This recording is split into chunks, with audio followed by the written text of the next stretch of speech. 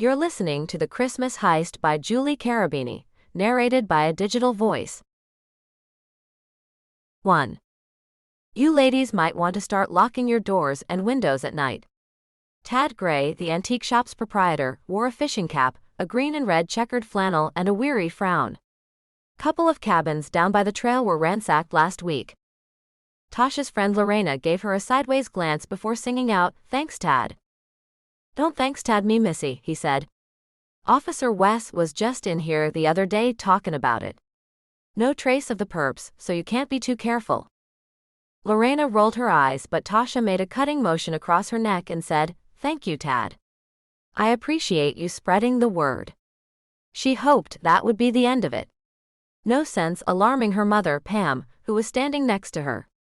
She was in town to help with pre-wedding preparations and had rarely visited Tasha since she moved to Cottage Grove. The bell rang on ye old antique and gem shop's door, announcing another shopper. "You're all here. Now isn't this grand?" Mary Lou, the town's welcome lady, bustled in wearing a Christmas sweater, black pants and a green scarf, her light bouffant hair piled higher than usual. "You must be Tasha's mother." "I'm Mary Lou." Pam McHenry smiled and offered her hand. "It's a pleasure. I've heard wonderful things about you, Mary Lou. I've known your daughter Tasha since she moved to Cottage Grove. We love her around here, and that Mark Shepherd too. Always knew they'd end up together." She chuckled. Though she was mighty cross when he started kicking up dust on that empty lot next door. Tasha wrinkled her nose. Would this subject never end? "I got over that a long time ago. I'll say." Mary Lou went on. "Oh, she was fightin' mad at that old Harry White too. That no-good real estate agent told her that her cabin would be nice and secluded, that no one could ever build on that lot next door. Boy, was that wrong information. Then the old coot ran off to Vegas with his empty promises." Tasha touched Mary Lou's elbow, hoping to steer the conversation away from the past and toward the task at hand. "Well, it all worked out in the end, which is why we're here." Mary Lou patted Tasha's hand. "That's right. As your unofficial wedding planner, I say it's high time we start pulling this bad boy together. Shall we?" Lorena's eyes popped open wide, and she mouthed "bad boy" to Tasha with a questioning gaze and a barely concealed laugh. "First things first," Mary Lou continued. "You'll need something old, something new, something borrowed." "Something blue," they all said in unison. Tad sent Tasha the evil eye and a harumph from across the counter. "Aw, come on, Tad," Tasha said. "Underneath that gruff exterior, I know there's an old softy hiding." He didn't respond to that, but instead said, "You ladies take your time. I've got some items to tag over here behind the counter. Don't mind me." Lorena shook her head, unable to halt the laughter now. Pam reached into her purse. "Honey, this reminds me." She pulled out a delicately embroidered handkerchief. "I brought you this for your something borrowed. I carried it during my wedding to your father." "Oh, Mom, it's perfect. Thank you so much." Tasha ran her thumb over the embroidered flower design. "I'll just have to figure out how to carry it." Her mother leaned over, her perfectly straight black hair barely moving. "That's easy. I tucked it into my bra." Tasha's mouth dropped open. She dared not look at Lorena. "Oh," her mother continued, "and I will buy you a blue garter. I just haven't been able to find the perfect one yet." "Mother." Tasha cracked up. She noticed Tad peer over his spectacles, catch eyes with her, then quickly look away. Pam gave her daughter a side hug. "I may be old, but I'm not a prude, dear daughter." Mary Lou clapped. "Okay then, now all we have left is something old and something new." She glanced around at the store that looked as if it had not seen a dust rag in a decade. "No doubt we'll be able to find at least the old something here." Tad harumphed again. The women spread out, looking in and under items stacked throughout the store. A dizzying array of goods, actually: albums, frames, china dishes, and vintage toys. The more they dug through the offerings at the antique shop, the more Tasha began to think of it as more of a thrift store, with some nice things. "Oh, what about this?" Lorena held up a string of puka shells. Mary Lou clucked her tongue. This isn't some low-brow affair with tiki torches for lighting. Think dignified. Lorena smirked and went back to the hunt. Here's something. Pam had been rummaging around inside a box of tarnished jewelry. She held up an open locket on a chain. Tasha took it in her hands and examined the black and white photo of a regal-looking woman inside the locket, her smile genteel, her dress layered, lavish. Mary Lou peeked over her shoulder. She looks lovely, doesn't she? Pam said. I imagine she was someone prominent from long ago. Let me see that. Mary Lou reached for the necklace. She looks very familiar. You think you know everyone? Tad piped up. Well, as this town's welcome lady, I do know everyone. In fact, just this past week I delivered baskets to several newcomers. She handed Tasha the necklace so she could count them all on her hands. There are the 3 young men up in Jim and Helena's old place, and the scientist, his name is Al, across the canyon from Tasha's cabin, and of course, Fritz, the gentleman who's renting that cabin from Tasha now. Tad only glared at her. By the way, Mary Lou continued, Al's not too happy with those young uns in Jim and Helena's old place. He's a stargazer, means he loves to look at the stars at night, and says those fellas stay up late and leave all kinds of lights on. You know me, I don't say nothin'. But I don't suppose there's much he can do about it anyhow. My, there is a lot of activity in this small town, isn't there? Pam said. The front door bell rang again and all chins turned. A man with salt and pepper hair and a goatee lugged in a box. Speak of the devil himself, Mary Lou said. Hi there, Al. Hello yourself. The man slid the box onto the counter. He smiled at Tad. Okay if I set this here. I suppose. Some nice pottery in there, Al said. He turned toward Mary Lou. The former owner left them. Nothing I can use, so I thought maybe someone else in town would like to have them. Tad pursed his lips and nodded. I'll have a look. Mary Lou slipped her hand through the crook of Al's arm. I'd like to introduce you to some of the locals, Al. This is Lorena, our local camp chef, and Tasha. Her cabin is straight across the canyon from yours, and Pam, Tasha's mother. She's visiting. Hello. Welcome. A pleasure to meet you. Tad cleared his throat and Al turned, that congenial smile still on his face. I'm prepared to make you an offer, Tad said. Wonderful. He gave a slight bow to the bridal party and said, Nice to have met you all. He seems nice, Lorena said when the men were out of earshot. A little nerdy, Mary Lou whispered, but yes, nice. Now, she reached for the necklace again and popped the locket back open. I just figured out who that woman is. I do believe this is a picture of dear old Mrs. Jordan, who once owned your cabin, Tasha. Tasha craned her neck to see. It is. I never met her. That's right. Mary Lou smiled at her as if she'd won a prize. Because she died before you moved here.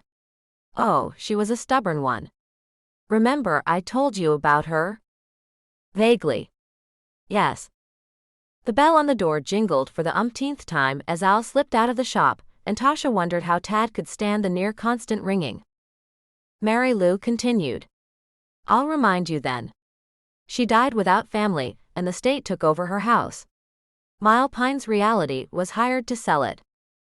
Tad cleared his throat loudly. Mary Lou frowned in his direction. Do you have something to say? He shrugged. Before he took off for lost wages, Harry brought me a bunch of boxes of her things when he put that old place up for sale. Kitchen tools, knickknacks, boxes and boxes of jewelry, most of it costume though. Brought in some rare books too, over in that pile. Thought you might want to know about it. For heaven's sake, Tad, why don't you clean some of this stuff up and put it on eBay? Mary Lou swiped her finger across the top of a framed picture of the blue boy, looked at the layer of dust she acquired, and grimaced. You run your business the way you want to, and I'll run mine. He put air quotes around the word business, which, by the scowl on her face, didn't sit too well with Mary Lou. I'll have you know that the welcome wagon is an important service to this community. Tasha watched Mary Lou follow the shopkeep behind the counter, berating him the entire time. She turned to Lorena and her mother. Decision made, I'm going to buy this. I love the connection to my cabin, and with a little polish, I think it will look beautiful with my dress, don't you? They both agreed. Well, Tasha said with a sigh, I'm glad to have found this and so quickly too. Lorena said, me too. Now if we're done here for the day, I think I should head back home and work on the menu for your wedding. She turned to Tasha's mother, who was staying in Lorena's home for the weekend. Would you like to come with me, or do you girls have more to do today? Tasha put her hand on her mom's shoulder. I'm still questioning why I rented my cabin out this close to the wedding. If only I could have hung on to it a little longer, then you could be staying there now. And then you and Daddy would have been able to stay there during wedding week too. Lorena cut in. Now, don't worry about that at all. You and Mark have plenty of expenses these days, what with you and him investing in the camp last year, and getting married soon, and putting finishing touches on that fine home he's been building you. She patted Pam's back. There's plenty of room for you to stay with George and me. Yes, Pam said, and Lorena is positively spoiling me with delicious meals. She is an absolutely wonderful cook. Tasha nodded. I agree. She's the best. Lorena's brow wrinkled. What about you, my friend? Why don't you stay with us tonight too? I hate you being all alone in that big old house with Mark still down the hill. I worry, you know. I'll be fine, Lorena. Tasha tried to give her friend a sign with her eyes. I've still got a lot of painting to finish in the guest bath, and not a lot of time left before the wedding. I'll just camp out on the floor and come down to enjoy one of your big breakfasts in the morning. My daughter's always been so independent, Pam said to Lorena. I don't think we need to worry about her. Believe me, I learned long ago not to get too worked up when I haven't heard from her for a while. Tasha implored Lorena with her eyes not to say anything more. Oh my word, you are a strong lady, Lorena said, clueless. I always worry about her, what with all those terrible things that happened to her. Pam's eyes grew wildly large. What? Lorena. Tasha was waving her hands over her head now. Did you not see me over here giving you a sign? Lorena frowned at Tasha. What kind of sign?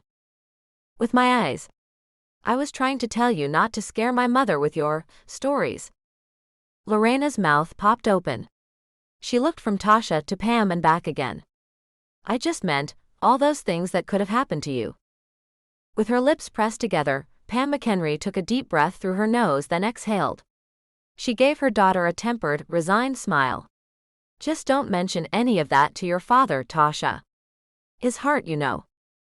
Like a young child who had just been cut to the quick with one look from her mother, Tasha stepped up to the counter with Mrs. Jordan's old necklace in her hand and said, I'll take this locket, please. 2. I don't know why you're bothering to do all this work. You really think Tasha's gonna let you have a man cave after you're married? Mark handed his helper Andy a rag. Take this and help me lift this sink into place, will you? Between some huffing and puffing, Andy continued talking. I mean, this place is cool and all, but I know women and she's gonna change. Marriage changes them. Heck, relationships change them. Mark grunted as they dropped the sink into the space he'd carved out for it in the cabinetry. Then he raised a brow in Andy's direction. Andy was more than one of Mark's crew. He was like a son to him, a grown-up 20-year-old son who never knew his own father. His mother, God bless her, was another problem altogether. They'd conquered those mountainous issues over the years though. So why the attitude? Andy, Mark said, Tasha and I have a relationship built on trust and that's not going to change after we get married. Good luck with that. Mark puffed out a sigh. Hand me that wrench, will you? Andy stood back while Mark squatted down and looked under the sink. Can I have a Coke? Go for it. Get me one too while you're at it. After retrieving the 2 cans, Andy handed one down to Mark, who promptly popped it open and guzzled half of it. Andy downed his too, then let out a belch that caused Mark to look for that rag again. Surely that one didn't emerge without some kind of projectile that would need sopping up. Now that's something you'll want to avoid doing when Tasha's around. See? I knew she'd change you. Mark chuckled. Let's get that safe down here and then we can go for a burger. Tasha pulled up in her Subaru just as Mark and Andy were lifting a 220-pound safe off of the truck. Hey, beautiful. Tasha strode over to Mark, gave the brim of his Stetson a tap-up, and smacked his lips with a kiss. Andy groaned. I've missed you, she said. Yeah. So much to do before the wedding. She sighed, her voice a ripple. Pretty stressful right now. Hey, this thing's heavy, Andy said, his voice agitated. You think we can put this safe down or something while you two make out? Tasha took a step back and ushered the way with her arm. Be on your ways, boys. I've got to unload my car anyway. Mark and Andy carried the heavy safe down the steps and into the man cave, and lowered it to the floor near a closet in the rear of the space. Andy slapped the top of it. You know, most people have a small safe for cash and diamonds. What the heck are you gonna keep in this big thing, guns? Mark shook his head. Nothing like that. It's just good to have, especially when you own a business. It's good to be careful. Ah. Gotcha. You're not gonna tell me. How long have I known you, Andy? 5. 6 years? So I think you need to start trusting me. Andy's countenance fell and his eyes darted around. I trust you. This is how I am. Sometimes I'm just a pain in the... Mark gave Andy the sternest stare he could come up with. Knock it off. Tasha stepped into the room with her dog, Wolfie, at her heels. Wow. This place looks great. You guys have made great progress. Thanks, hun. Mark bent to give her a peck on the cheek, and Wolfie a vigorous petting. By the way, she said, it's a good thing you got that safe. Tad over at the antique shop said there've been some break-ins lately down by the trail. Mark swung a look of validation at Andy, whose face went red. Tasha plopped onto the black leather couch and put her feet up on the glass coffee table. She could see herself in the reflection of the 55-inch television hanging on the wall. Well, at least there's one room in the house that's finished. Funny how that happened. Andy let out a loud and boisterous laugh. You two are so weird. Oh, Tasha said, sitting up. I heard from Mary Lou today that Mr. Cho's place was recently rented. Oh yeah? She mentioned who? Didn't get a name. But she says he's a stargazer. A what? Andy stomped over. Name is Al. He's an astronomer. For some planetarium back east. Mark tipped his hat back. Really? So you've met him? Yeah. And I wanted to talk to you about that. Mark exchanged a glance with Tasha, when all of a sudden she broke eye contact and looked somewhere over his shoulder. She waved and smiled. Hello, Fritz. Their new neighbor, and Tasha's renter, wore round spectacles and a sweater vest that made him look like he had stepped out of an old black and white TV show. He even carried around a newspaper, and not the digital kind. He answered back with a smile and a wave of his own. Well, hello there, Tasha. Mark. Do you have a minute? Tasha called out to him. I wanted to tell you something. Mark watched Tasha stride across the property. He turned to Andy. I'm going to go over and be neighborly. You can take a break now, but we'll pick this subject back up when I get back. Andy nodded and took off down the hill. By the time Mark caught up to his soon-to-be bride, she was deep in conversation with her renter, and Wolfie was whining by her side. Now, where is this shop located? Fritz was asking. Ye old antique and gem shop is down on Main Street, Tasha said. Past the blue flower shop that was an old gas station. Yes, I think I know where you mean. Lovely of you to think of me. Thank you for the invitation to the Christmas party too. I appreciate that. He glanced up at Mark. Hello there. Mark doffed his hat in greeting. Wolfie was snuffling and grunting, sniffing at Fritz's feet. Tasha scooped him up in her arms and said, I remembered how you said you liked rare books. And since Mrs. Jordan lived here so many years, I'd say those are about the rarest you're going to find in this town. I will certainly visit the shop. Reading has become part of my nightly ritual. A night owl, then? Tasha asked. Oh no. Not me. I can no longer stay up late the way I did when I was young, but I still enjoy reading well-crafted words before retiring in the evenings. Well, I hope you find something to add to your collection, Fritz. And I hope to see you at the party. Mark joined in the conversation. Sounds like you and your wedding party had a successful trip. He reached down and gave Wolfie's noggin another pet. Tasha laughed. That place is like stepping back in time. I only bought one thing, but had to navigate a lot of dust to find it. So you are a book connoisseur too? Fritz asked. Me? No, nothing like that. But I did find an old locket with a picture of Mrs. Jordan in it.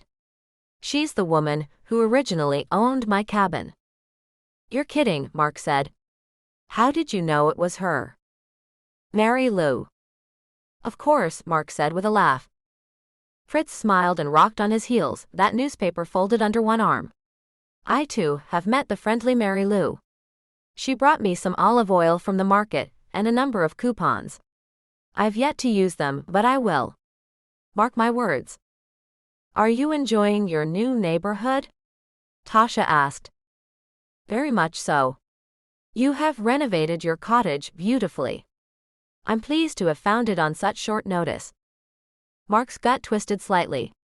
He knew he should be thankful that Tasha's cottage had been an asset to them during this financial crunch, but that didn't mean he'd been happy about it. He had hoped she could stay there a while longer so he could finish up the new house and make it perfect for her before ushering her into it as Mrs. Shepherd. But together, they had made the decision to rescue the camp after last year's tragedy. That, coupled with planning a wedding and everything in between, made it necessary to rent out the cottage earlier than he had hoped. He glanced at the kindly gentleman who listened patiently to his animated fiancée, and took himself to task for complaining. He had much to be grateful about, considering. If there's anything you need, Fritz, Tasha said, I hope you'll let us know. Thank you. I most definitely will. Back at the house, Mark stepped to the end of his porch and scanned the property. Did Andy say where he was going? Tasha asked, still holding Wolfie. He crossed his arms in front of him, his hat low on his head. He had something on his mind. Best go find him. She reached up and grabbed his face with her free hand and smacked his cheek with a kiss. You do that while I get back to my painting. Mark found him near a stand of small pines at the edge of his lot. He was digging deep into the ground with a shovel, while wearing gloves and a concentrated frown. Care to tell me what's going on with you? Looking for a meteorite. Mark spat out a laugh. Surprised was an understatement. And here I thought you were digging up weeds. Ha. As if. Mark reached out to still the shovel. Meteorites. Andy leveled a gaze on Mark. No meteorite. Just one. That's what I wanted to talk to you about. Mark stood there, listening. Al, the guy up on the hill? I met him the other day when I took my dirt bike up there to ride around in the hill beyond his house. I take it he wasn't crazy about all the noise. Nah, he wasn't. He told me about some other guys who moved into Jim and Helena's old place and kept the lights on all night. Drives him nuts. And then you show up doing donuts in his backyard. Andy smirked and coughed out a laugh. Yeah. Anyway, he told me that he studies the stars for his work and that he believes a meteorite landed somewhere around here decades ago. Mark narrowed his eyes. And you believed him? Not at first. Andy shrugged. I thought he was trying to get rid of me. I'm not dumb. Mark nodded, waiting. But then he had all kinds of data. Told me about a meteorite that someone was using for a doorstop, and it ended up being worth $250,000. Mark had no words. Don't believe me? Google it. I might. Andy shot out a sigh. That kind of money would help you and Tasha fix the camp, wouldn't it? He gently pulled the shovel from Mark's grasp and slammed it, tip down, into the earth. Hoping I can find it if there is one here. For all his irascibility, Andy had a noble side that showed itself at the most surprising times. Mark had seen it before, and it always stunned him. Today was no different. No wonder he'd been cranky earlier. He had heard this scheme delivered by a stranger, and far-fetched as it was, he thought it might help, and his impatience grew. Something Mark had also seen in young Andy. Andy kept his eyes focused on the project in front of him. "So you okay with me digging up the land down here, to search for something?" Mark hated to discourage him, but truth was truth. "We already dug up this land pretty good when we built this place. Don't you think?" "Not this far down. Remember how Tasha hated you tearing out trees? If I find a piece of that old meteorite down here, you might want to thank her for that." Mark cracked a smile and put his hand on Andy's shoulder. "Dig away." 3. Where in the world did you unearth this? Tasha's mother held a brushed silver frame with a photo of a couple in it. She turned it toward her daughter. "Daddy sent it to me. Said you wouldn't mind if I put out a photo of your wedding day on my yesteryear table. Your wedding was so elegant, Mom." 2 days had passed and yet still so much was left to do. Pam's gaze lingered on the framed picture. "Yes, it was." She sighed and set it down with some of the other items. "I had no idea you were so fond of antiques. I hardly think a picture of you and Dad would be considered an antique." Her mother smiled. "I suppose not." Tasha snatched it back from the table. "On second thought, I'm going to bring this home and put it on a wall." "I'm honored." "Hey, there's virtually no furniture, but at least I'll have art." "Oh, and a junk drawer. I already have one of those." Her mother laughed.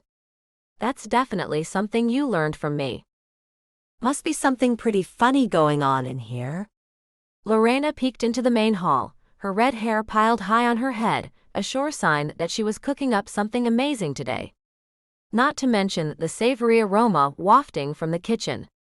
"Hope you don't mind me butting in, but I've still got a wedding menu to plan, and I need to run some things by the future Mrs. Shepherd." Tasha smirked. Details. I always leave anything food-related up to you. Everything you make is amazing." "Oh, Lorena," Pam said, "I wonder, would it be possible for you to make macaroni and cheese for the reception?" Tasha stared at her mother. "Wait. I take back what I just said." She'd always been so jealous of the petite woman with the shiny straight black hair, especially since her mop of curls was always so difficult to control. But for all her mother's beauty, she must have lost her mind a little. "I know my tastes aren't all that highbrow, but mac and cheese is pushing it." Her mother laughed lightly. "For Jakey. I hope you don't mind, but I told Sarah that she could bring her 3-year-old to the wedding. And I figured that a bowl of pasta would help keep him, happy for a while. You don't mind, do you?" "Sarah's my cousin," Tasha said to Lorena. "And Jakey, well, let's just say that he's a 3-year-old going on the terrible 2s. Lorena's eyes widened. "Oh." Her mother shook her head. "He's not that bad. And you do want your cousin to be at your wedding, now don't you?" She didn't wait for Tasha's answer. "So, Lorena, will you add my request to your menu?" "Absolutely, I will. After years of filling the bellies of campers, I've learned to make a mean and irresistible mac and cheese. You'll see." Pam smiled. "I have no doubt." Tasha gave Lorena a questioning look. "Okay, if we stop by the kitchen after we finish up here. I'd like to get some of these items up to the storage room." Lorena shook a wooden spoon at her. "Don't forget." When the chef had gone, Tasha put her hands on her hips and took in the grand fireplace. A Christmas wedding. She could not imagine a more perfect place or time to marry Mark. Sometimes she wanted to pinch herself. Even without the festive Christmas wreath that now hung upon the fireplace's smooth stones, the sight would have been impressive. This hall had hosted thousands of young campers, and it had withstood its share of storms over the years, yet it loomed as strong and imposing as if it had been built yesterday. Quarter for your thoughts, her mother said with a laugh. Inflation and all. I was just remembering back to last year, when we had a beautiful party in this room. Was a magical night. She didn't mention to her mother just how magical her life had been threatened days earlier. Isn't that the night that Mark proposed? Tasha nodded and slid a glance at her mother. It was. Well, everything was perfect. I'm so happy you found the love of your life. She lowered her voice. To think that you moved here after that scoundrel Roger left you at the altar. Tasha closed her eyes. She had not thought of that horrible time in a long while, but her mother was right. She'd moved to Cottage Grove to get away from that wretched memory and to start fresh, alone. But the good Lord had other plans, apparently. She'd met Mark Shepherd soon after moving into her decrepit cabin.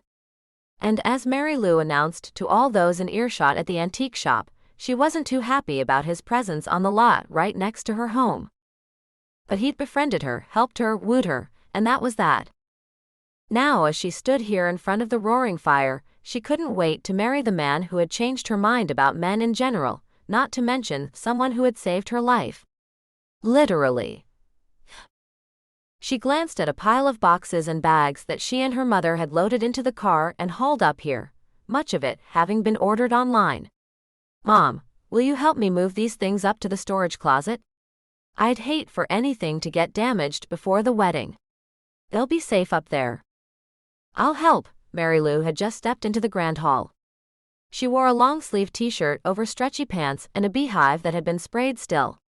I'm ready to work and it looks like I got here just in time. Thanks, Mary Lou, Tasha said. If you can grab one of the lighter boxes, I'd appreciate it. The women, sans Lorena, clomped up the old wooden staircase to a storage closet on the second floor of the camp's main building. Tasha searched her key ring for the right one to unlock the door. Even though Tasha and Mark had invested heavily in the decades-old camp, it still felt as if she were on hallowed ground of sorts. They deferred the running of the place to Pastor Rick, who had been on staff when Tasha moved in. Until he wasn't. She dared not think of the time in between when two men had taken over the place. She shuddered while fiddling with the keys, wishing the disturbing memory did not keep making itself known. The door of the closet swung open with a creak. Better get some oil on that, she said aloud. Why? Mary Lou said. So the mice'll be forewarned that you're coming in. Pam gasped. Mice? She's kidding, Mom. The closet was blessedly clean inside. I know it's only a few weeks until the wedding, but if you could both humor me and unpack these boxes, I'd so appreciate it. I'd like to see everything we have, so I can figure out what we're missing.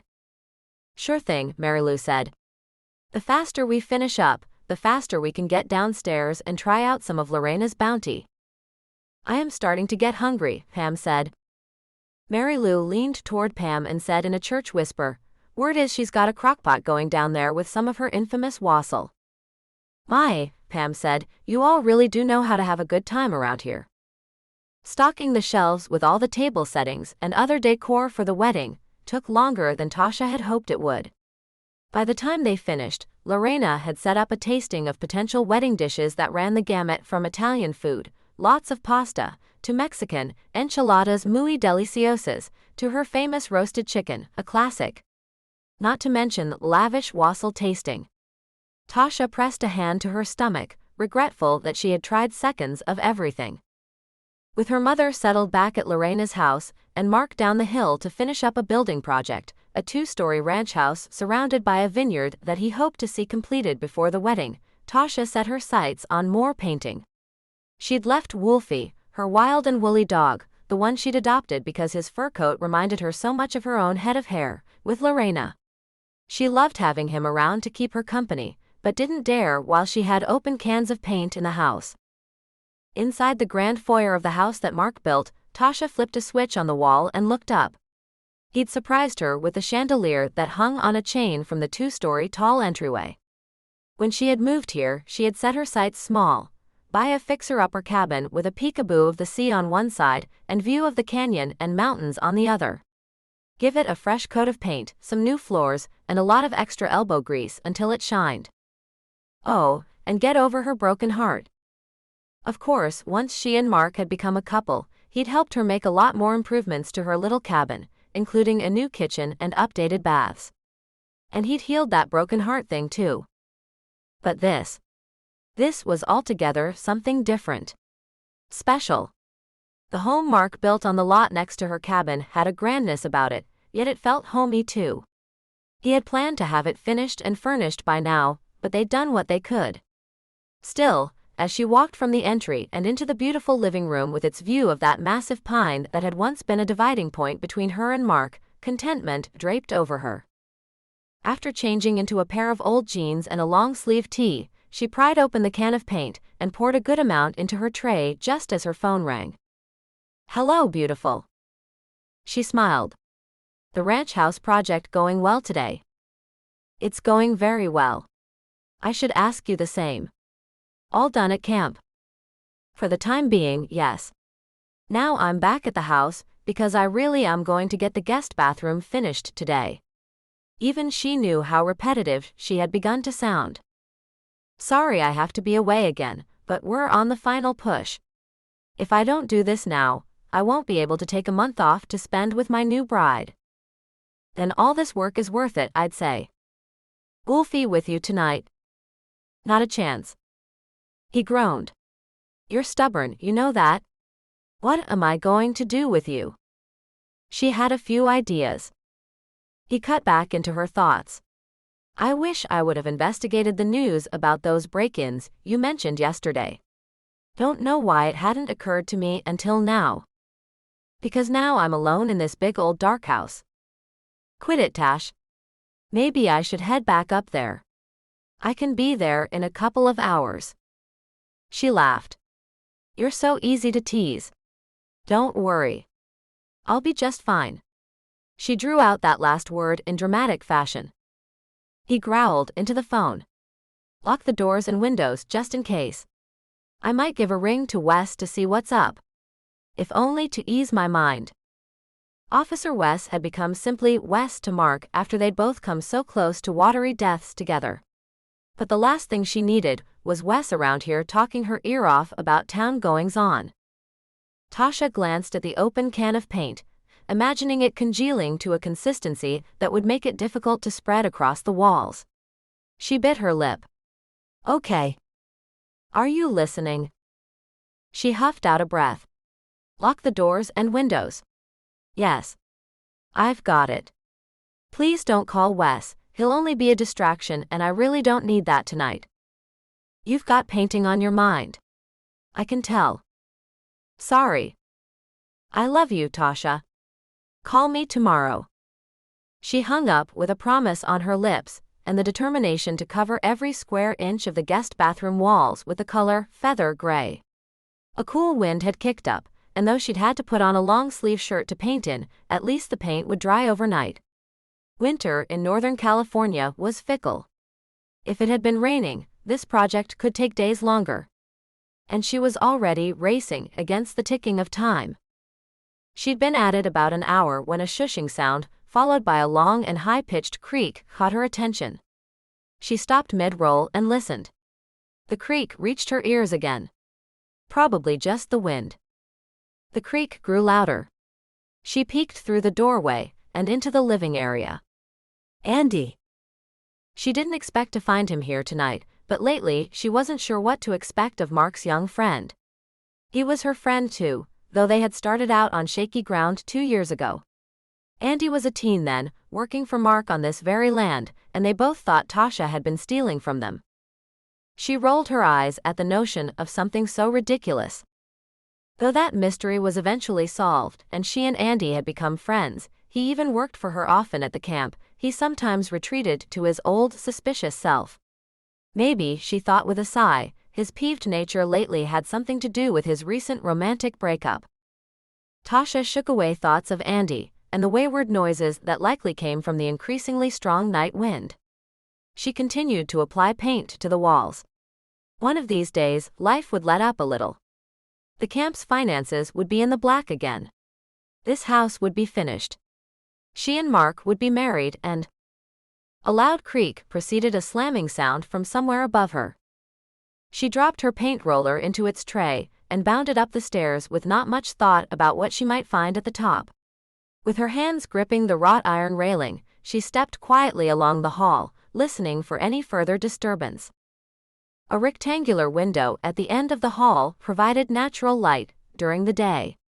Though the window did not open, Tasha peered through it. The sky had been dipped in black ink.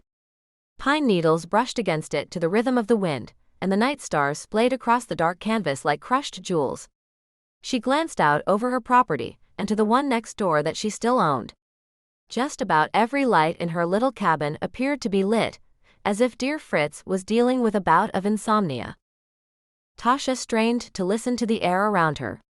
Silence, except for an occasional swoosh of that wind. She moved away from the window and into the master bedroom Mark had built for them. Other than the living area below, this suite was the largest room in the house. She stepped through the room, listening for that creaking sound. A blast of cold air whipped at her and she spun around. A door to the deck had flung open, allowing that blasted air to enter with abandon. Had Mark forgotten to shut the door? Had she? This deck was the pièce de résistance of the home. Like a bird's nest, it offered a cozy spot from which to drink her coffee in the mornings and enjoy a glass of wine at night. The deck was covered, offering a shield from rain. Apparently, though, it was no match for windy nights, for its door had blown open and smacked so hard against the interior wall that the handle had left a mark. She shut the door and twisted the lock with a click. It would be nearly impossible for an intruder to climb up to the deck without one very tall ladder. Probably the reason that neither one of them had thought to make sure the door was shut and locked. Tasha let out a sigh of relief. She stretched her shoulders back and forth and released a small laugh. How quickly her mind had gone to the possibility of trouble. She jogged down the curved staircase to the floor below, taking 2 steps at a time, suddenly parched. Didn't she see that Mark had stocked his man cave with cokes?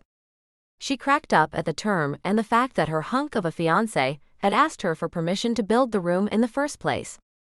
For as long as she had known him, Mark had been a friend to the church, providing a place for youths to gather and even for some of them to work during the summers. If he wanted a man cave for the guys to hang and watch football, what did she care? The room was tucked into a space at the bottom of a short flight of steps, behind the kitchen, a quasi-basement. She pulled a Coke from the fridge, popped its top, then collapsed onto the leather couch. She glanced around. Several carved wooden shelves lay on the floor, shiny from layers of finish. Beautiful, though one more thing on Mark's to-do list. She took another sip of soda. Shoot. If Mark decided this room was dull, she and her friends could have fun down here watching chick flicks and eating cake. Of course, the color on the walls was all wrong, and the furniture needed some lightening up, maybe some white pillows and a soft throw rug, and then it would be perfect. She laughed at the expression that would appear on Mark's face if she were to transform his guy hangout. Speaking of transforming their home, the bills for supplies had been adding up. Tasha stepped over to the safe that Mark and Andy had lugged inside. She hadn't had a chance to take a close look at the monstrosity, and though they had talked about the need to have one in the house, she guessed by its size that this one had taken a chomp out of their budget. She ran her fingers along the shiny top of it and crouched down to see the lighted numbers of the digital lock. That's when she noticed the gouges. Along the edge of the lock and down the sides of several of those lighted numbers were gouges deep enough to have removed paint. She frowned. Hadn't Mark said he bought the safe brand new? And if that were the case, where had these marks come from? 4. The last thing Tasha wanted to do was frighten Mark. Morning had come, bringing with it crisp but clear weather. She had locked up the house tight last night and reconsidered her last conversation with Mark about the safe. Perhaps he had said he'd be looking at both used and new, and considering the one he bought was larger and heavier than she had expected, she surmised he must have gone with used. Hence the scratches on its face. She pulled her wily hair into a messy bun and made a mental note to ask him about the safe when he returned. She then slid into a hoodie and stepped outside where Andy stood atop a mound of dried pine needles. They could sure use some rain. "Hey, Andy." What you doing here so early? Andy looked up, shovel in hand. Didn't Mark tell you? She smiled. Another surprise, perhaps? I guess he forgot. Looking for a meteorite. Well, that was unexpected. She was about to respond when she noticed Fritz sitting on the narrow front porch of the cabin. That side of the property afforded a sliver of a view of the ocean beyond the range. When she lived there, it was one of her favorite spots to sit and watch the locals parade by, while also getting a glimpse of the sea. Not to mention that lovely crashing sound of waves that happened on particularly clear nights. She waved a hello in his direction, and he in turn sent a salute. Then he stood and stepped toward the south end of his deck. I was wondering if I could ask you a question about something, he hollered to her. I'll be right there. Tasha turned back to Andy. Keep doing what you're doing. I'm sure whatever you and Mark have cooking is fine with me. Fritz smiled at her, a mug of coffee she presumed in one hand. I noticed that there are several people up on that hill over there, he pointed to the east now, that make a loud ruckus until quite late at night. Tasha frowned. She hadn't heard anything last night, but she shaded her eyes and looked toward the hill where several houses peeked out through the trees. Up there? Yes. It's not the first time I've heard them, which is saying quite a lot. My hearing isn't as good as it once was. You know, I didn't notice anything last night. Other than high winds, a creak, a slam, and questionable marks on their new safe. But did she need to worry Fritz with all that? She shrugged. Come to think of it, I heard a rumor that our new neighbor up there has been concerned about lights being on until late. If you'd like, I will ask Officer Wes, who is a friend of ours, if he can talk to them. Thank you kindly. Sure thing. She headed back to where Andy furiously dug into the soil on the southeast corner of the property. So, a meteorite, huh? Not you two. What? I was just hoping you'd fill me in. Andy grunted. I already told Mark about it, and he said I could look. Unless you're planning to overrule him. Why would I? Andy snapped a glare at her, but his eyes shifted away. Were those tears forming? She leaned toward him. You okay, Andy? He stabbed the earth with a shovel and grunted a second time, then turned over a basin full of rich loam and dug in again. She watched him for several seconds, waiting. The more he dug, the more his body language betrayed him. The muscles in his thin arms flexed with each turn of the soil, his jaw hinged taut. Tasha found a rock to sit on, and as she did, her phone dinged. A text from Lorena, breakfast is almost over. She swiped away the message. Breakfast could wait, but a broken heart not so much. She peered at Andy, who had still not looked up from the task in front of him. You want to talk about it? No. I'm sorry. Women make no sense, he said through gritted teeth. I don't want to talk about her now, or ever again. She bit the inside of her bottom lip. He was angry, and she didn't blame him. She'd been in his place before, had her heart torn to shreds by someone she trusted. But that didn't matter right now. Andy's heart was raw and wounded, and the last thing he needed was for her to heap her memories on him, no matter how much perspective they might offer. Eventually, though, he'd see that sometimes hard things happen to save us from worse events. She slapped her knees and stood. So tell me about the science geek up on the hill. Andy stood and leaned on the handle of the shovel. You mean Al? Yeah. I met him briefly yesterday, but we didn't get a chance to talk much. What's he like? Andy shrugged. I dunno. He was nice, well, after he asked me to keep the noise down up there. After Mr. Cho moved out of that house, I'd been able to ride my bike up there whenever I wanted. Not so much now, I guess. Nope. But then he started to tell me about why he moved here. He's into stars and stuff. Says he can see all kinds of 'em from up there.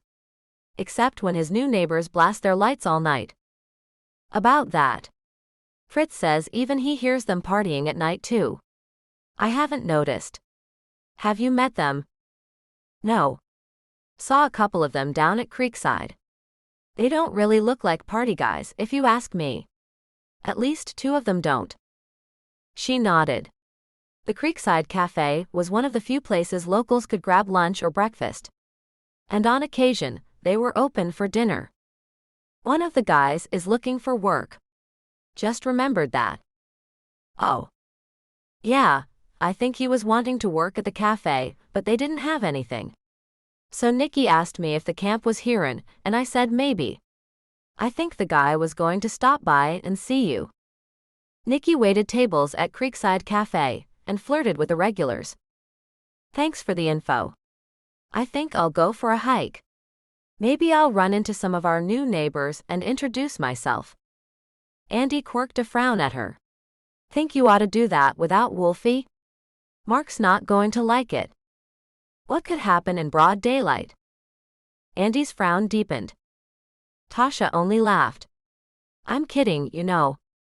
I'll be fine. She drew out the word fine in her customary dramatic way.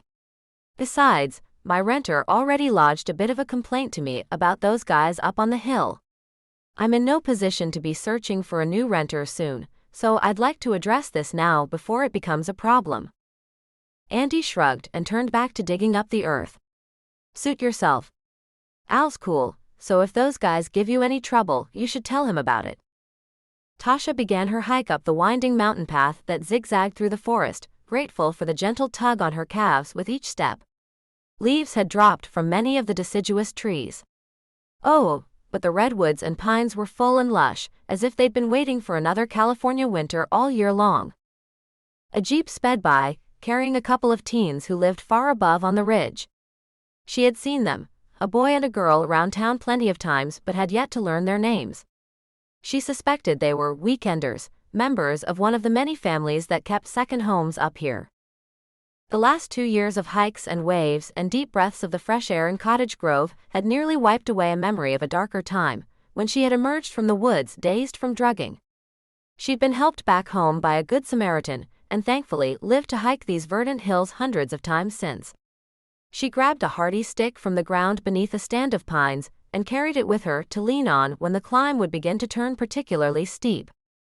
She reached the home across from hers first, its soaring A-frame less impressive now that Mrs. Cho's prolific garden had long ago died away.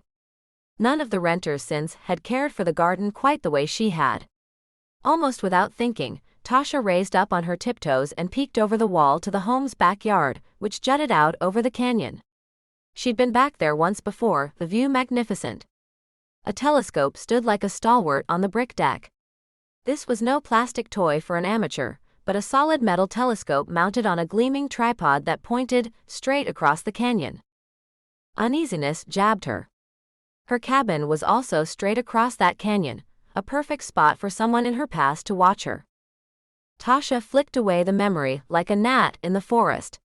The telescope was perfectly placed away from foliage and roof overhangs, and it's no wonder that Al, the newcomer who she'd yet to see or meet, would choose this spot to view the stars. Must be a magnificent sight, especially for a stargazer. She walked on until she reached Jim and Helena's former home, a white-painted wood house with dormers. The couple had relocated to Arizona, where the cost of living, not to mention the weather, were easier on their budget. They'd sold this house, she heard, and the new owner used it as a rental. The structure was far different from Mr. Cho's old place with its soaring modern design, but pretty in its own homey way. A twig snapped nearby and she turned so quickly that her neck spasmed. She rubbed the sore spot on her neck as a blue Prius pulled into the driveway of the White House. 2 20-something guys hopped out, and since she had nowhere to hide, she stayed put, the unofficial welcome home committee. "Hello," she said. The one in a tee and jeans, his dark hair hitting his shoulders, responded with a hey, and kept moving. The driver, with John Lennon-type spectacles perched on the bridge of his nose, and the collar of his button-down shirt sprouting from beneath a V-neck sweater, approached her. He put out his hand. "I'm Tim and that's Zach." He jabbed his thumb toward his passenger, who was already making his way toward the front door. "Who are you?" "Nice to meet you. I'm your neighbor. Tasha." Neighbor. "Which one?" She gestured toward the back of his property. "It's the 2-story across the canyon. There's a massive pine in front of it." He nodded and said, "Cool," though she couldn't tell if he knew which house she was talking about or even if he cared. "How long have you and Zach lived here?" she asked. "And Corey." "Oh, and Corey. I hope to meet him sometime soon too." "So you've been here?" 3 weeks. So far, she agreed with Andy, they didn't seem like the partying type. At least, not the disruptive kind, nor even the talkative kind. "I'm glad I ran into you, Tim. I also own the small cabin right across from the A-frame over there. My renter told me today that there's been a lot of, noise coming from this way at night. Makes it hard for him to sleep." "Really?" "Yeah, it's one of the issues with having a canyon between us. Beautiful views on all sides, but the noise can carry something fierce. School buses in the morning sound like semis, for example." "Okay." She swallowed, hesitating. Did he mean "okay, we'll keep it down," or "okay, I've had enough of you"? "So anyway, I'll let Fritz, he's renting the cabin, know that I spoke to you about keeping the noise level down some. Sound good?" "Uh-huh." She leaned on her walking stick and nodded. "Uh-huh. Okay then. It was nice meeting you, Tim. Bye now." "Bye." By the time Tasha made it back to the house, her stomach rumbled violently from lack of food and a cresting headache. She hightailed it up to the house, passing Andy, who was knee-deep in a hole and showing no sign of giving up soon. Her phone buzzed and she instantly regretted her decision to hike all over the place. To do what? Berate the new neighbors for being young? When she could have been feasting on one of Lorena's over-the-top lavish breakfasts. What had she been thinking? Her phone buzzed again. A text from Lorena, "We have a problem. Can't find my wassailing bowl anywhere. Stolen maybe?" Tasha's stomach did a flip. She grabbed her keys and a granola bar from the sparsely stocked pantry and headed up to camp. 5. What are you doing here? Afternoon, Tasha. Officer Wes stood next to the nearly 20-foot island running down the center of the camp's kitchen, which had been taken over by cookies of all kinds, snickerdoodles, cutouts, gingerbread, and molasses. He had one hand on a snickerdoodle, and the other on the notepad he carried around like it was the Holy Bible. Tasha sneezed, the aroma of cinnamon overpowering. "Gesundheit," he said. Lorena's red hair stuck out of a hairnet every which way, and she chewed her upper lip. "There's no Pfeffernuss. I knew I was missing something, and it's the Pfeffernuss." Tasha's mom wore an apron and stood nearby, her eyes wide, her lips pressed together as if fighting off a smile. Tasha pulled her gaze away from the sight of Wes noshing on cookies and winked at her mother. "What's all this?" Lorena, hands on her ample hips, blew a puff of air to dislodge a strand of hair stuck to her cheek. "It's all for the Christmas party. Your mom and I got here after breakfast to bake the cookies so I could freeze them, and that's when I started realizing how many of my tools were missing." Of course. The annual Christmas party that Lorena puts together each year for employees and friends of the camp had been a highlight, not only for the attendees, but for Lorena, who put her baking and cooking heart into it each year. Not to mention her infamous wassail recipe. "I cannot serve the wassail without my wassailing bowl. It's the only one that's ever big enough to satisfy all those thirsts." Tasha flexed her fingers and looked around. The air in the kitchen hung heavy with heat. Or maybe it was guilt. 2 events at camp during the holidays may have been a bit ambitious. She sucked in a breath and centered her gaze on Lorena. Okay. Where have you looked so far?" "Everywhere." Pam nodded and looked vaguely around the kitchen. Not helpful. But by the look of frustration furrowing her best friend's brow, Tasha kept that thought to herself. "I have an idea." Tasha took Lorena gently by the shoulders and turned her toward the back door. "You go take a break, and Mom and I'll do some digging. What else are you missing?" Lorena tore a piece of paper from a writing pad near the phone. "Everything on this list is gone. Disappeared." She grabbed a polenta stick and pointed it at Tasha. "If I find out who came in here and lifted my kitchen tools, they'll wish they had never set foot in Cottage Grove." Wes cut in. I'd like to see that list first. Tasha handed it to him, but sneaked a peek first. Wassailing bowl, citrus juice sprayers, avocado slicer, herb strippers, heart trivets. Maybe it's the same people who've been ransacking cabins down by the trail, Lorena said. You know, the ones Tad told us about. I knew I should have made sure to lock this place up at night. Pam frowned. Oh dear. Wes looked up from his notepad where he'd been taking copious notes about, well, Tasha wasn't yet sure. What's a wassailing bowl? It's code for her oversized crockpot. Tasha held her hands out, palms facing each other. It's about this wide. I can't take a break, Lorena said. You look like you haven't eaten yet. Tasha laughed. She put a hand on her hip. And how can you tell that? It's that pasty face you get when you forget to eat. Her mother gave her a sobering look. It's true, dear. Yup, said Wes. I've seen it myself. He looked at Pam.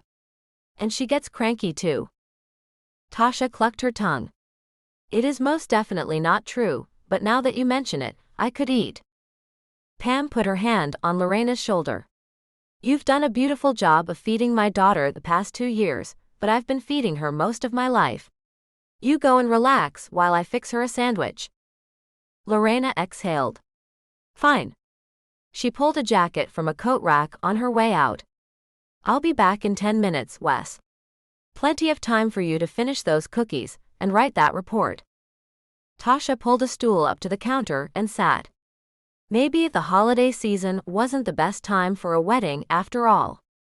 Everyone seemed to be on edge. Except her mother, who hummed as she pulled bread, mayo, lettuce, sliced ham and cheese from the fridge. Wes scowled. You're gonna put mayo on your ham sandwich? Pam didn't blink. Yes sir, I am. Why in everything that's great and good would you do a thing like that? Her mother kept assembling the sandwich, a contented expression on her face. Because that's the way my Tasha likes it. Wes removed his hat and shook his head. I've never heard of such a thing. Never heard of what? Mary Lou had entered the kitchen from the back set of stairs. Mayo on ham. Everybody knows it's mustard on ham, no exceptions. Mary Lou pursed her lips, accentuating the wrinkles around her mouth. I prefer butter. A collective gasp fell over the roomy kitchen. Mary Lou snagged 2 chocolate cookies from the counter. She popped them into her mouth with a satisfied grin. Things are getting weirder and weirder up here, Wes muttered. Tasha bit into her sandwich as a delivery driver entered the room. Package for Tasha McHenry. You finish your lunch, Mary Lou said. I'll sign for it. Tasha ate her sandwich in a hurry. Oh. That must be the box of lantern jars I ordered for the aisle. She hopped off her stool and crouched down by the box. Pam used a knife to open it up, and Mary Lou flipped open the flaps.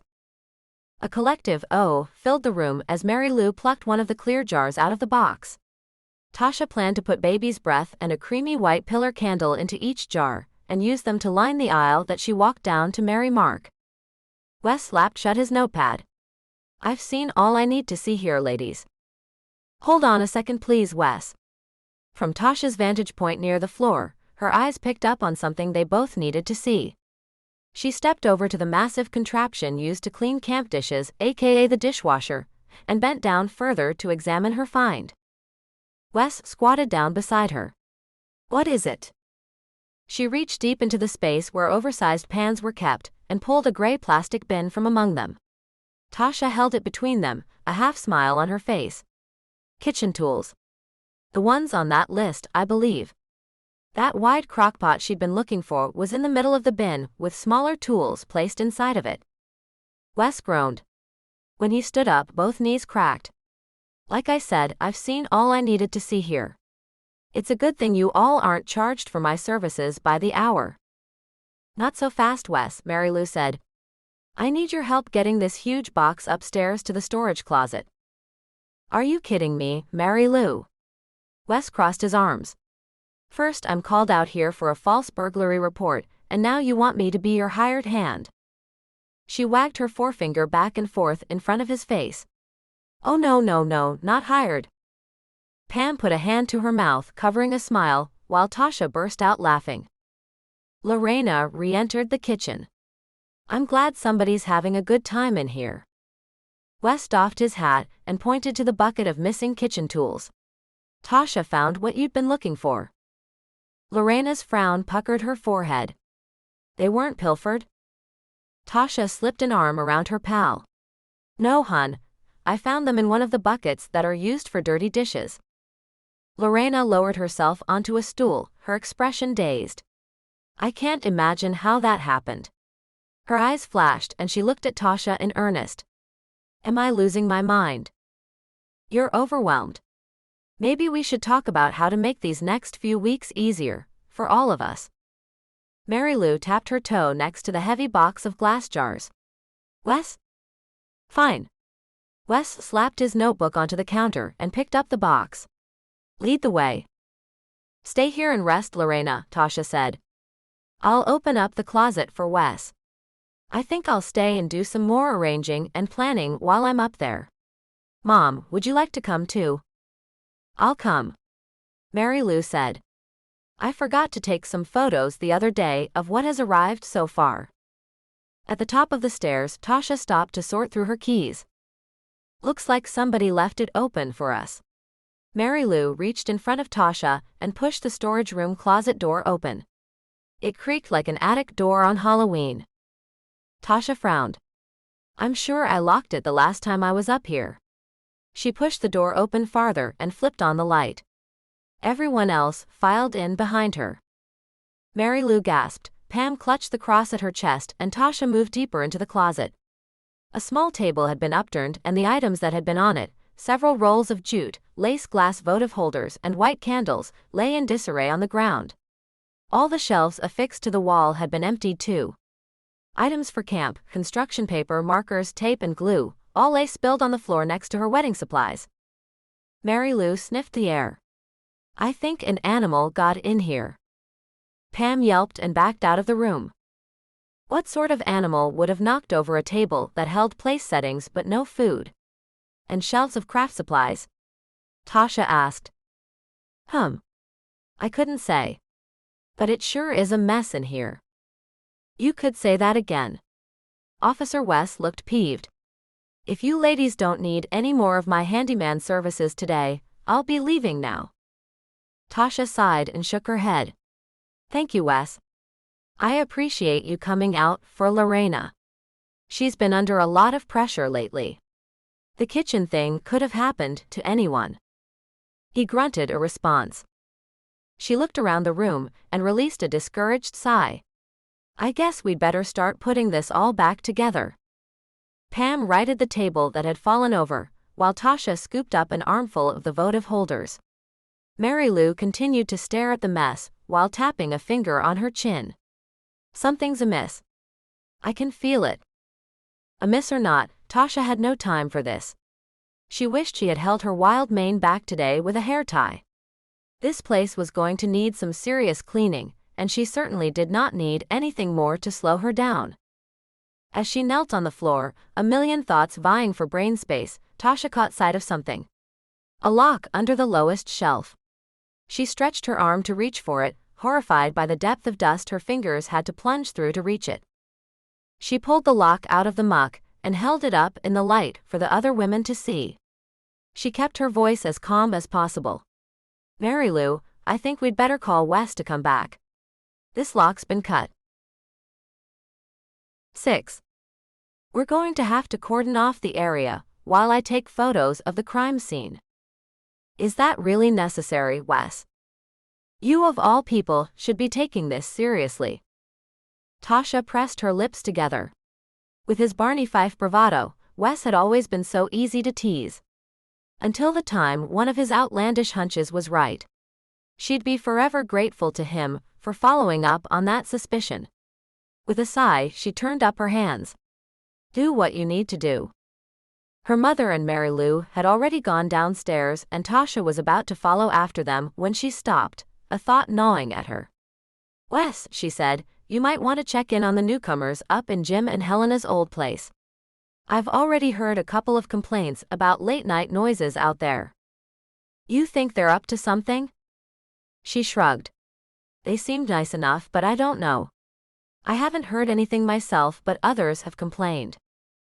Well, some of the most diabolical types could be nice in their off hours. Tasha nodded. Yes, I suppose you're right. Your man called me last night, you know. She tilted her head to one side, scrutinizing him. About? Worried about you getting yourself into more trouble. Wes gave her a pointed look. I hope you're not holding back any information from me, Tasha. She frowned. She'd already mentioned the guys on the hill, hadn't she? If she were to mention the creaky door, he'd think her paranoid, and then berate her for leaving it unlocked in the first place. And the safe scratches, well, she hadn't had a chance to check in with Mark about that yet. She needled her lower lip with her teeth. Wes's bravado, she realized, was creeping up her spine again. She turned away and headed back to the kitchen, calling over her shoulder, I'll be downstairs if you need me. I think I'm all packed up now. Tasha peered at her mother's suitcase and beach bag, the one she always carried with her on her travels. You sure? Do you want me to check around the house one more time to make sure? I don't think that's necessary. Besides, your father and I will be back up here in a few weeks anyway. If I've left anything, I'm sure Lorena will hold on to it for me. Tasha and Pam had left Lorena to make her pfeffernuss cookies, and Wes to finish his investigation. They'd driven back to Lorena's place to pick up Pam's car and luggage for her journey down the coast to Southern California. Mom, I'm sorry your trip has ended on such strange circumstances. But it really could be nothing. I mean, look at how Lorena's kitchen tool theft turned out. Pam laughed. Poor Lorena. It'll be fine. I know it. Pam hugged her daughter close. I can't wait for you to marry the man of your dreams, honey. She stepped back, her hands on Tasha's shoulders. Promise me you'll stay out of trouble, hum? I'll be careful. Tasha's gaze met her mother's. Promise. On her way home, Tasha stopped by Tad's shop. When she'd been there last, she hadn't noticed the jewelry cleaning sign in the window, nor the sign advertising that Santa would be appearing on Saturday to bring candy canes for all the good little boys and girls. Inside, Tasha marched up to the counter. I knew you were an old softy. Tad barely looked up from whatever it was he was doing. Are you inebriated? Tasha pointed toward the front of the store. That sign on the window, the one about Santa. Seriously. Santa's bringing candy on Saturday? Tad's sigh sounded weary. What is it that I can help you with today, Ms. McHenry? She held up the locket. With this. He wrinkled his brow. All sales are final. I want you to clean it. She shook her head. Honestly, Tad, I'm surprised you didn't already do that yourself. You might have sold it sooner if you had. He shrugged. Why do that when someone like you'll buy it and pay me more to shine it up? Wow. Sneaky. She flicked his shoulder with her finger. That's actually brilliant. So can you do this one for me? Do you think it'll polish up as well as I think it will? He brought it closer to his face and peered at it. Sure do. Great. Tasha cinched her bag around her shoulder. Tad brought his hand up like a stop sign. Hold up a second. Going to take the picture out so nothing happens to it. I'll give it to you to take home for safekeeping. As she waited among the bric-a-brac and knickknacks, aka antiques, Tasha thought about camp. She hoped Wes had found a reasonable explanation for the upheaval in the camp's storage closet. She couldn't imagine anyone going to all the trouble of cutting a lock just for her rustic wedding supplies. Nothing appeared to be missing, either. Dread tiptoed its way to her, but she chased it away. She had hoped that by now the camp's troubles were behind them. A lull usually occurred at this time of year, and for that she was grateful. How else could she have had all this time available to plan a wedding? Still, she wondered if some of the camp's problems from the past might still be lurking around a corner. Tad approached the counter. Look here. Using tweezers, he He turned over Mrs. Jordan's photograph to reveal writing on the other side. He swiveled the picture around so Tasha could read it. Outside 50190701. Tasha gasped. I wonder what it means. Well, what it meant. Can't say that I have a clue. But it looks like you got a bonus there with your purchase. That's authentic handwriting from at least a generation ago. He paused and snapped a look at her. You're welcome. She laughed at his attempt at humor. Tad slid a sandwich bag over to her. To protect it. As for the locket, I can have that for you anytime tomorrow afternoon. I'll keep it for you up to 30 days, but after that, it'll go back into inventory. Tad Gray. You know as well as I do that this locket is part of my wedding attire. Besides, if I didn't show up to claim it, you could always remind me. You know where I live, for goodness sake. You're getting mighty bossy these days, Tasha. Oh, for crying out loud. Tad turned to walk away, but first pointed at the baggie. Don't forget to wrap up that photo on your way out. The locket will be safe with me. Mark wasn't about to take any chances where Tasha was concerned. Something didn't smell right, and drive or no drive, he'd turned over the reins of his current project to his top supervisor and headed home. He pulled onto the parking pad that was suspended over an embankment. No sign of Tasha's Subaru. Inside the house, he peeked through the doorway of the guest room bath. She'd been busy. Already the walls had a feminine touch. He took a quick survey of the house and, satisfied that she wasn't anywhere inside, he wandered out onto the back deck. The heady smell of pine cleared away every vestige of tension that a non-stop construction project had brought upon him. He looked through the imposing branches of that big old tree to the forested mountain on the other side, where a few homes peeked out behind branches of their own. He was home. And it felt great. You, Mark. A guy standing at the base of the deck peered up at him. I am. He forced himself not to appear startled. Heard you might be looking for help at your camp. Mark frowned. The guy didn't look familiar to him. Long hair, day's growth on his face, jeans and a tee with the name of some restaurant he'd never heard of. Tasha was the one to talk about camp jobs, but he wasn't about to send this stranger over to his bride. Might be. Who sent you? A guy named Andy. That knife that had been, euphemistically speaking, inserted into Mark's shoulder blade fell away. He wanted to shake himself. The guy was a kid, really. Barely an adult, in his estimation. And though Mark was barely into his 30s himself, he had always done what he could to help young guys find work and form good work habits along the way. Come on up and we'll see what I can do. When Tasha finally pulled onto the parking pad after her crazy day, she yelped aloud. Mark's truck was here. She locked up her car and hurried inside the house. Mark? A pounding sound came from the man cave. She knocked on the door and opened it slowly. Mark? Hey, beautiful. He stepped over a pile of wood and tools to greet her. She kissed him back, and then glanced at the stranger with hammer and nails at the far corner of the room. Mark grabbed her hand. Zach, this is my fiancée, Tasha. Zach raised his hand in a brief wave. We've met. Yes, we have. Up on the hill. Mark pulled back and peered at her. You were up on the hill? Tasha shrugged.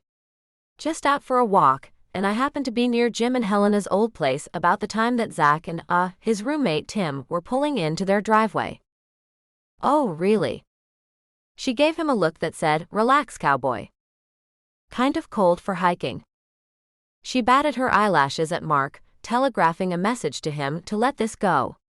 She would, of course, explain later. So Zach stopped by to see if there was any work available at the camp this winter, and I put him to work here. She smiled. Win-win. And if you don't mind hauling wood, Zach, we do have quite a bit of it at the camp. It'll need to be moved away from the perimeter of the property. He nodded.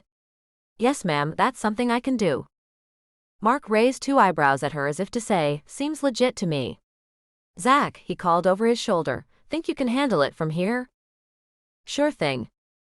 All right. Tasha and I will be on the deck when you're finished. Outside, Tasha said, "Did I know you'd be up here tonight?" He wrapped his arms around her shoulders. "Nope. To what do I owe this surprise?"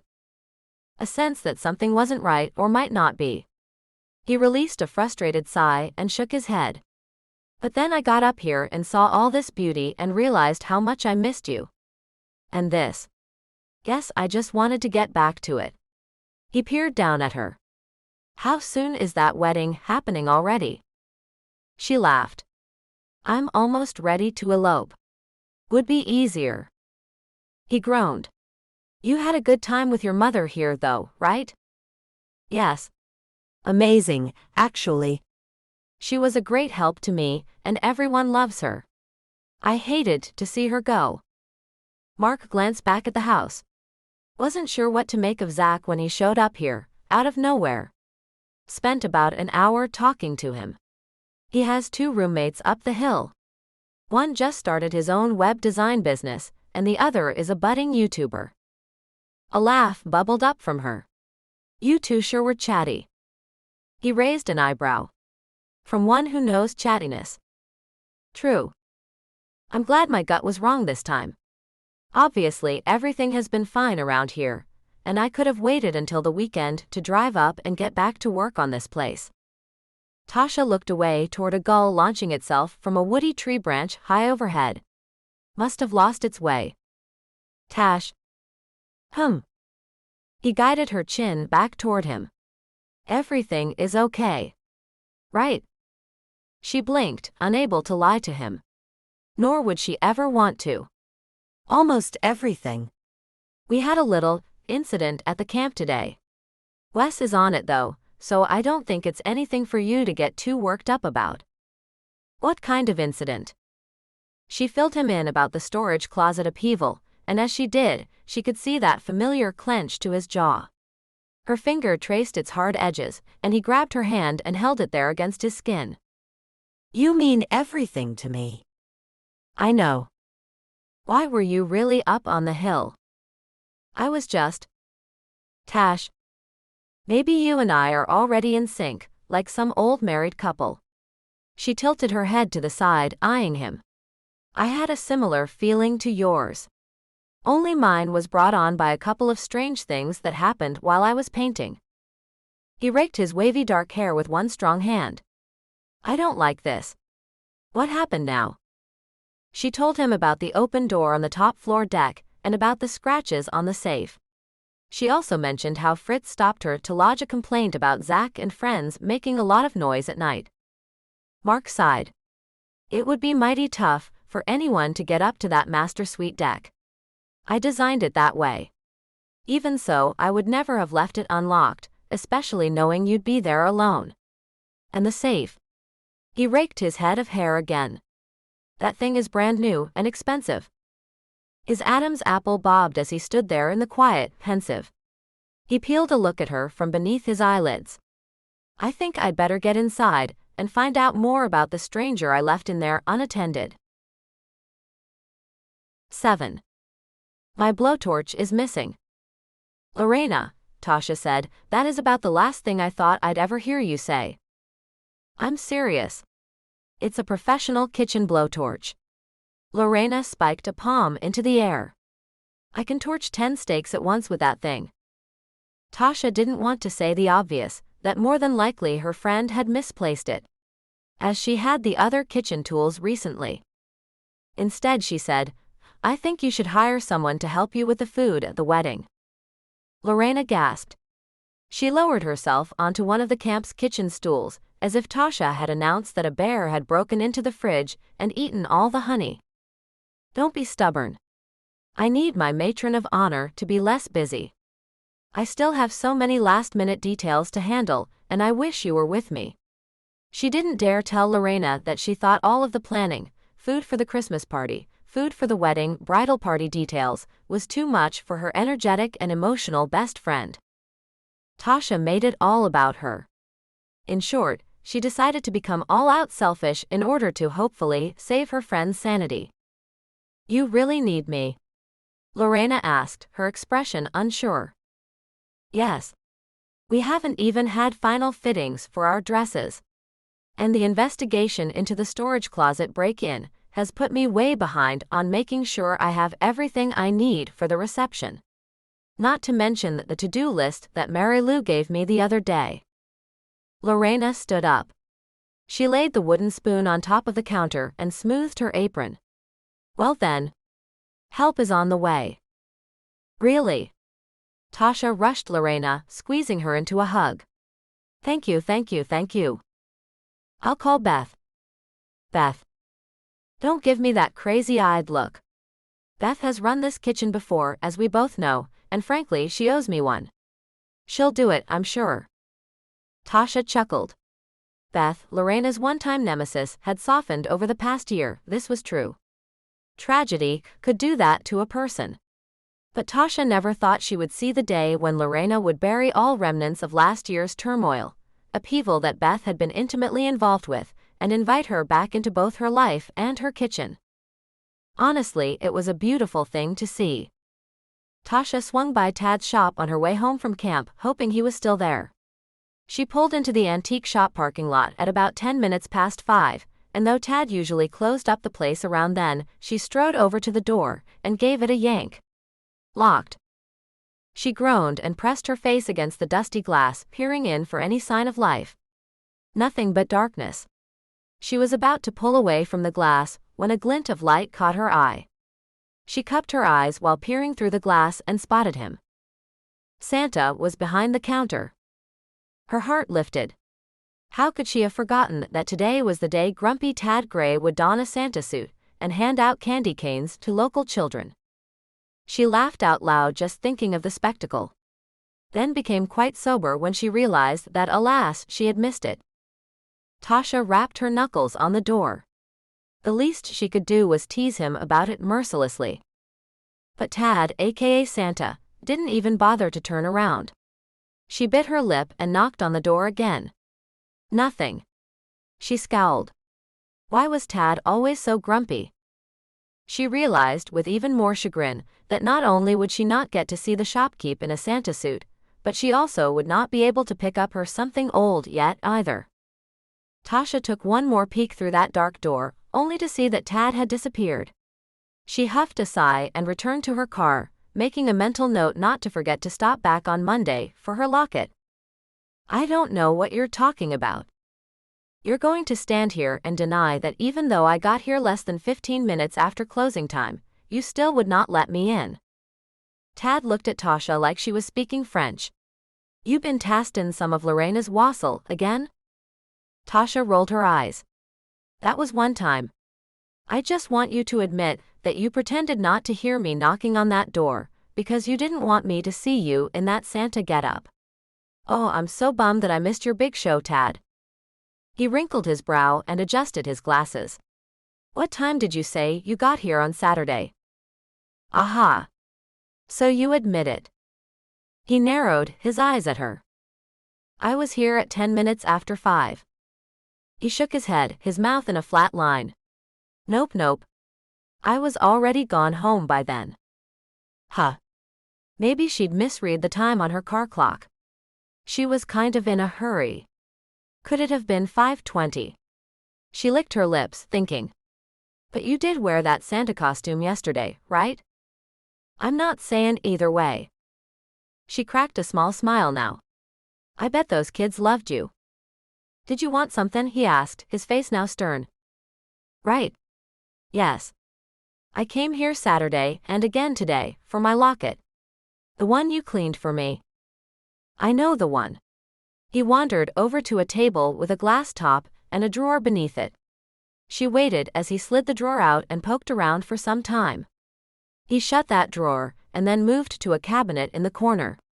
He looked high, then low, then scratched his noggin. Slowly, Tad returned to face her from behind the counter. I can't find it anywhere. Stop teasing me. He didn't smile. And his eyes, which often took peculiar joy in glaring at unsuspecting locals, wore a kind of concern. Worry lines radiated from them. It really is gone, he said. I know just where I left it. He walked over to the glass-topped drawer, slid it out, and pointed to a spot on the felt lining. Here. This is where I put it after cleaning it so it wouldn't get, dusty. It just disappeared. I'm very sorry, Tasha. With one hand resting on her hip, Tasha stood in front of the counter, speechless. The odd occurrences, which she'd so swiftly justified, were beginning to pile up. How could an old locket, one that had been collecting dust in this shop for more than 2 years, suddenly disappear? Who would want it? The phone in her purse buzzed, startling her. She let out the breath she'd been holding, and dug it out. Yes? Officer Wes here. Tasha shut her eyes. What now? I'm going to need you to come down to the station. Lorena and Mary Lou too. And your mother. I don't understand. Why? We've found a set of prints in the closet, so we'll need to fingerprint you all for comparison. Has your mother left town? Yes, she already has. Then she'll need to get them done where she lives, and have them sent here. Oh boy. Can you get here today? He sounded testy. Tasha looked over at Tad, who sat dumbstruck on a stool behind the counter. I guess so, she said. And what about Mark? Do you need his as well? Not necessary. You might recall, Tasha, that we already have a fairly fresh set of prints from him. He sounded almost gleeful at the memory. Right. I remember. In fact, she almost hadn't remembered that dark time when Mark had gotten himself arrested and she'd lost all trust in him. She blew out a sigh, forcing that memory away but grateful for the outcome. Don't delay, Tasha. I might have to. Wes sputtered into the phone. This is serious. Wes, she said, that familiar sinking in her gut. I'm afraid this is rather serious too. Is it possible that Tad simply lost your locket? Mark asked. He's a nice guy, but he has always been somewhat kooky. Tasha sat curled up by the window that overlooked the massive pine outside. With a pillow to her back and a cotton throw around her, she wished this conversation with her beloved was about something other than potential criminal activity. And she also wished he was here with her. I don't think so, she said into the phone. He looked so stunned, Mark. I've never seen him look that way before, like he was crestfallen. Not sure what to make of this, Tash. Wes asked him if there was anything else missing. Could he tell even if there was? That place could use some organization. A good dusting, at the very least. Tasha sighed. Oh, Mark. All along I've thought the recent incidents were related to the break-ins, down by the trail. But now I don't know. I hear you. Do you think? I don't even want to say it, but, well, do you think someone is trying to sabotage our wedding? I mean, first the closet. And now the locket? I've been wondering about that myself. And thinking about the safe, haven't exactly known what to make of those scratches, except maybe they happened when we were transporting it. There wasn't a thing inside that anyone could want, at least not yet. Tasha shifted, pulling the blanket up to her neck. Could all this be related to the changes at camp this past year? Maybe there's still someone out there somewhere who's not happy with our choices regarding the camp's direction. Pastor Rick has shown nothing but gratefulness that we agreed to invest in the camp so the church could start running their programs there again. I think if anyone were unhappy, he would have heard something and told us. But I'll give him a call anyway. Okay. You know, now that we're talking about people who may have an axe to grind, maybe one of your old girlfriends is trying to get rid of me. Ha. Doubtful. Everyone knows you've got me under your spell, woman. She laughed at that. Speaking of people from the past, he said, broaching, have you heard from Roger lately? Roger Tinston. The fiancé, who left her at the altar 2 years earlier. That single action drove her to find solace and healing in Cottage Grove, but she had rarely thought of him since. I have not heard from Roger since he tried to woo you back. Yeah, that. But it was so long ago, Mark. I made it very clear that I had no feelings left for him, so I'm quite sure he's moved on. His loss. Tasha chewed her lip. We're running out of ideas, aren't we? She thought a moment. What about Zach? Any reason you can think of that he and his friends might have moved here to conduct a little mayhem? Hardly. I talked to him about the noise complaint, and he seemed surprised to hear that. Says that none of them are night owls since they each work all day. He did admit that one of the guys, Corey I think, liked to record his YouTube videos outside on clear nights but only right after sunset. So that could be the reason for the bright lights after dark. Okay. Silence landed between them until Mark finally asked, "What are you doing right now?" She smiled. "Having a slumber party." "You're killing me here." Tasha laughed. "I'm on the floor with a blanket and a pillow, looking out the window. Why don't you go rest on the couch in my office?" "Oh, we're calling it the office now, are we?" She snickered. "What? You don't like my decor? I think it's mighty comfortable in there with that leather couch. And there's a television in there, for your viewing pleasure, darlin'. I'd rather sit out here in the living room, empty as it may be, and stare at that big old tree you gave me." She paused. "Makes me feel closer to you." "I miss you too, Tasha. All this will be over soon and we'll be settled. You'll see." She felt ridiculous, pining over him the way she did. He was right. They'd be married in less than 2 weeks, but with the distance between them it felt more like 2 years. She breathed in and changed the subject. "What about the science guy?" "Oh, we've changed subjects?" She laughed. "I'm serious. Shouldn't we check on him? His name is Al. I talked to him once and he seemed harmless. Maybe I can do a little digging." No way. I can check him out, wait." "What?" He groaned. "He's the guy who told Andy about the meteorite. Forgot all about that." He blew out a long, slow breath. "I'm sorry, Tasha. I really need to take more time to investigate these things when I first hear about them." "About that meteorite." She glanced outside again.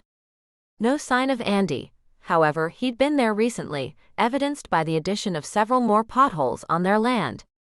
The lot is beginning to look like Swiss cheese. Or maybe the surface of the moon. If he finds a meteorite that came from the moon, then it'll be worth more. From your mouth to God's ears. They both laughed. "Getting back to our friendly neighborhood scientist," she said, "maybe I should simply give Al a call." "Don't you dare." He paused, his voice thick, emotional. "Tasha, promise me you will not go following clues on all this. Let Wes do his job. Keep the doors locked until we hear something concrete about what's been going on. Please. We've got to do something, Mark. You know I can't just sit around waiting for Wes to do all his investigations.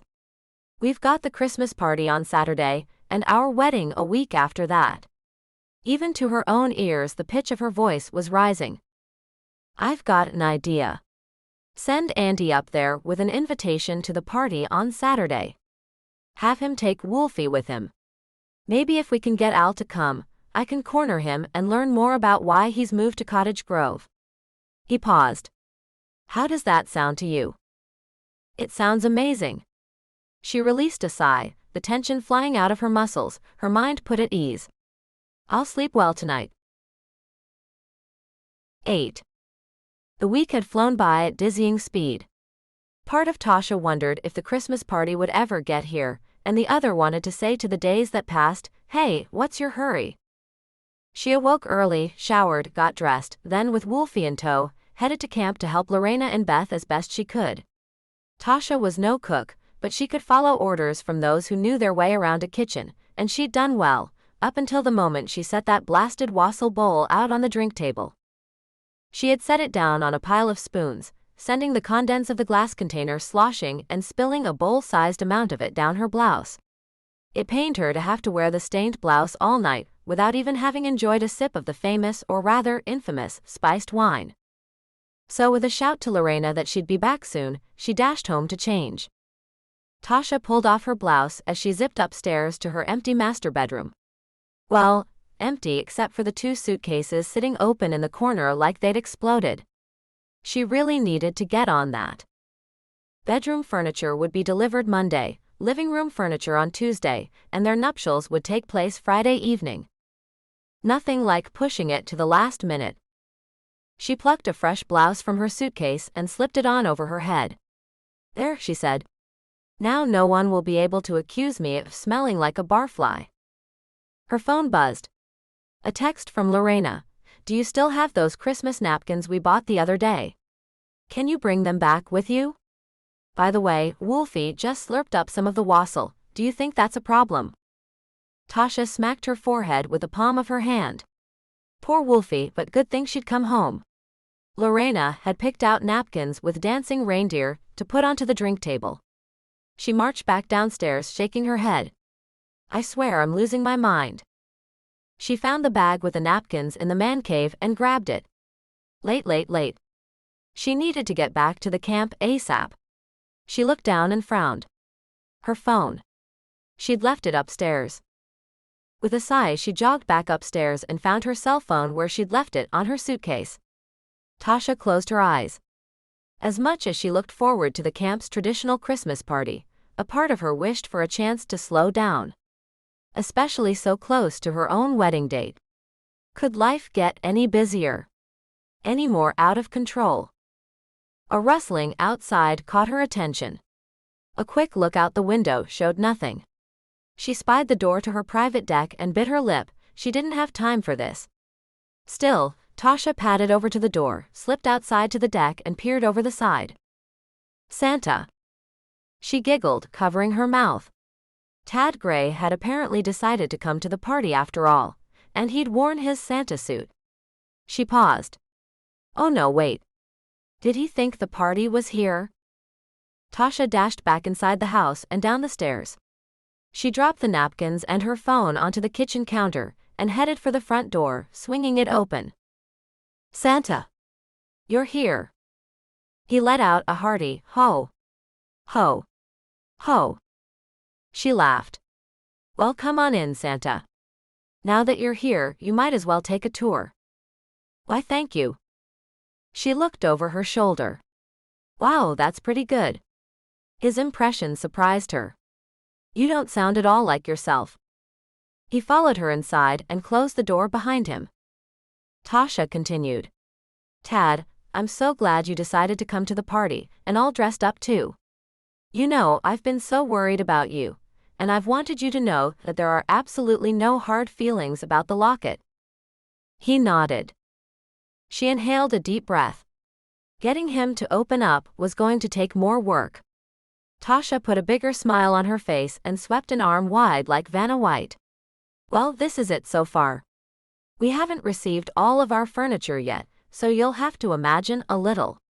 Tasha waited for him to say something, anything, and when he didn't, she leaned closer and added, You do know the party's being held up at Camp Tad, right?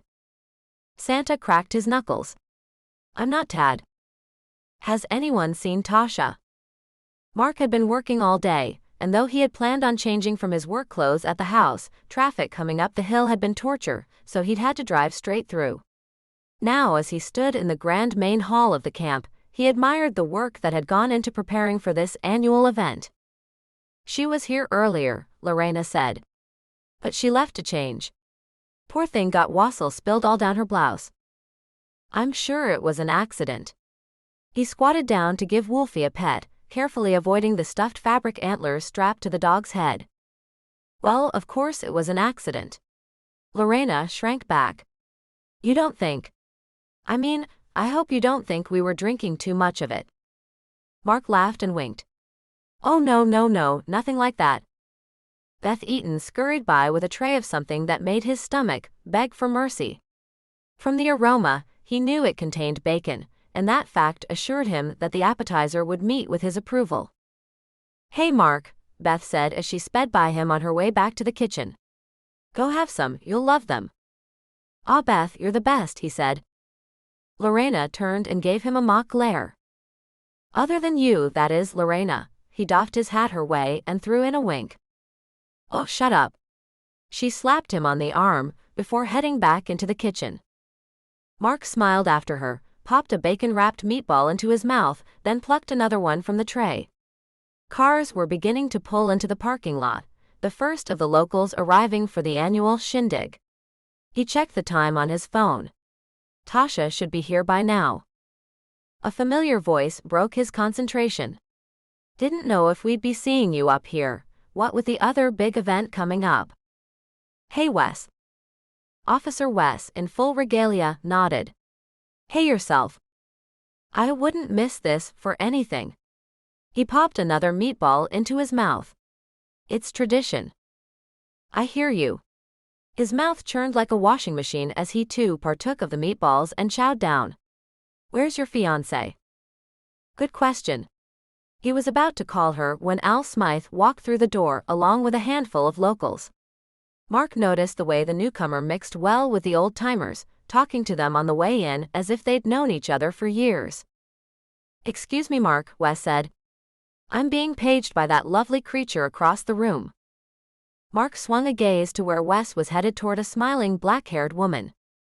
Al approached the appetizer table and Mark stuck out his hand. Hello again, Al. Hello yourself. Mark, is it? He nodded.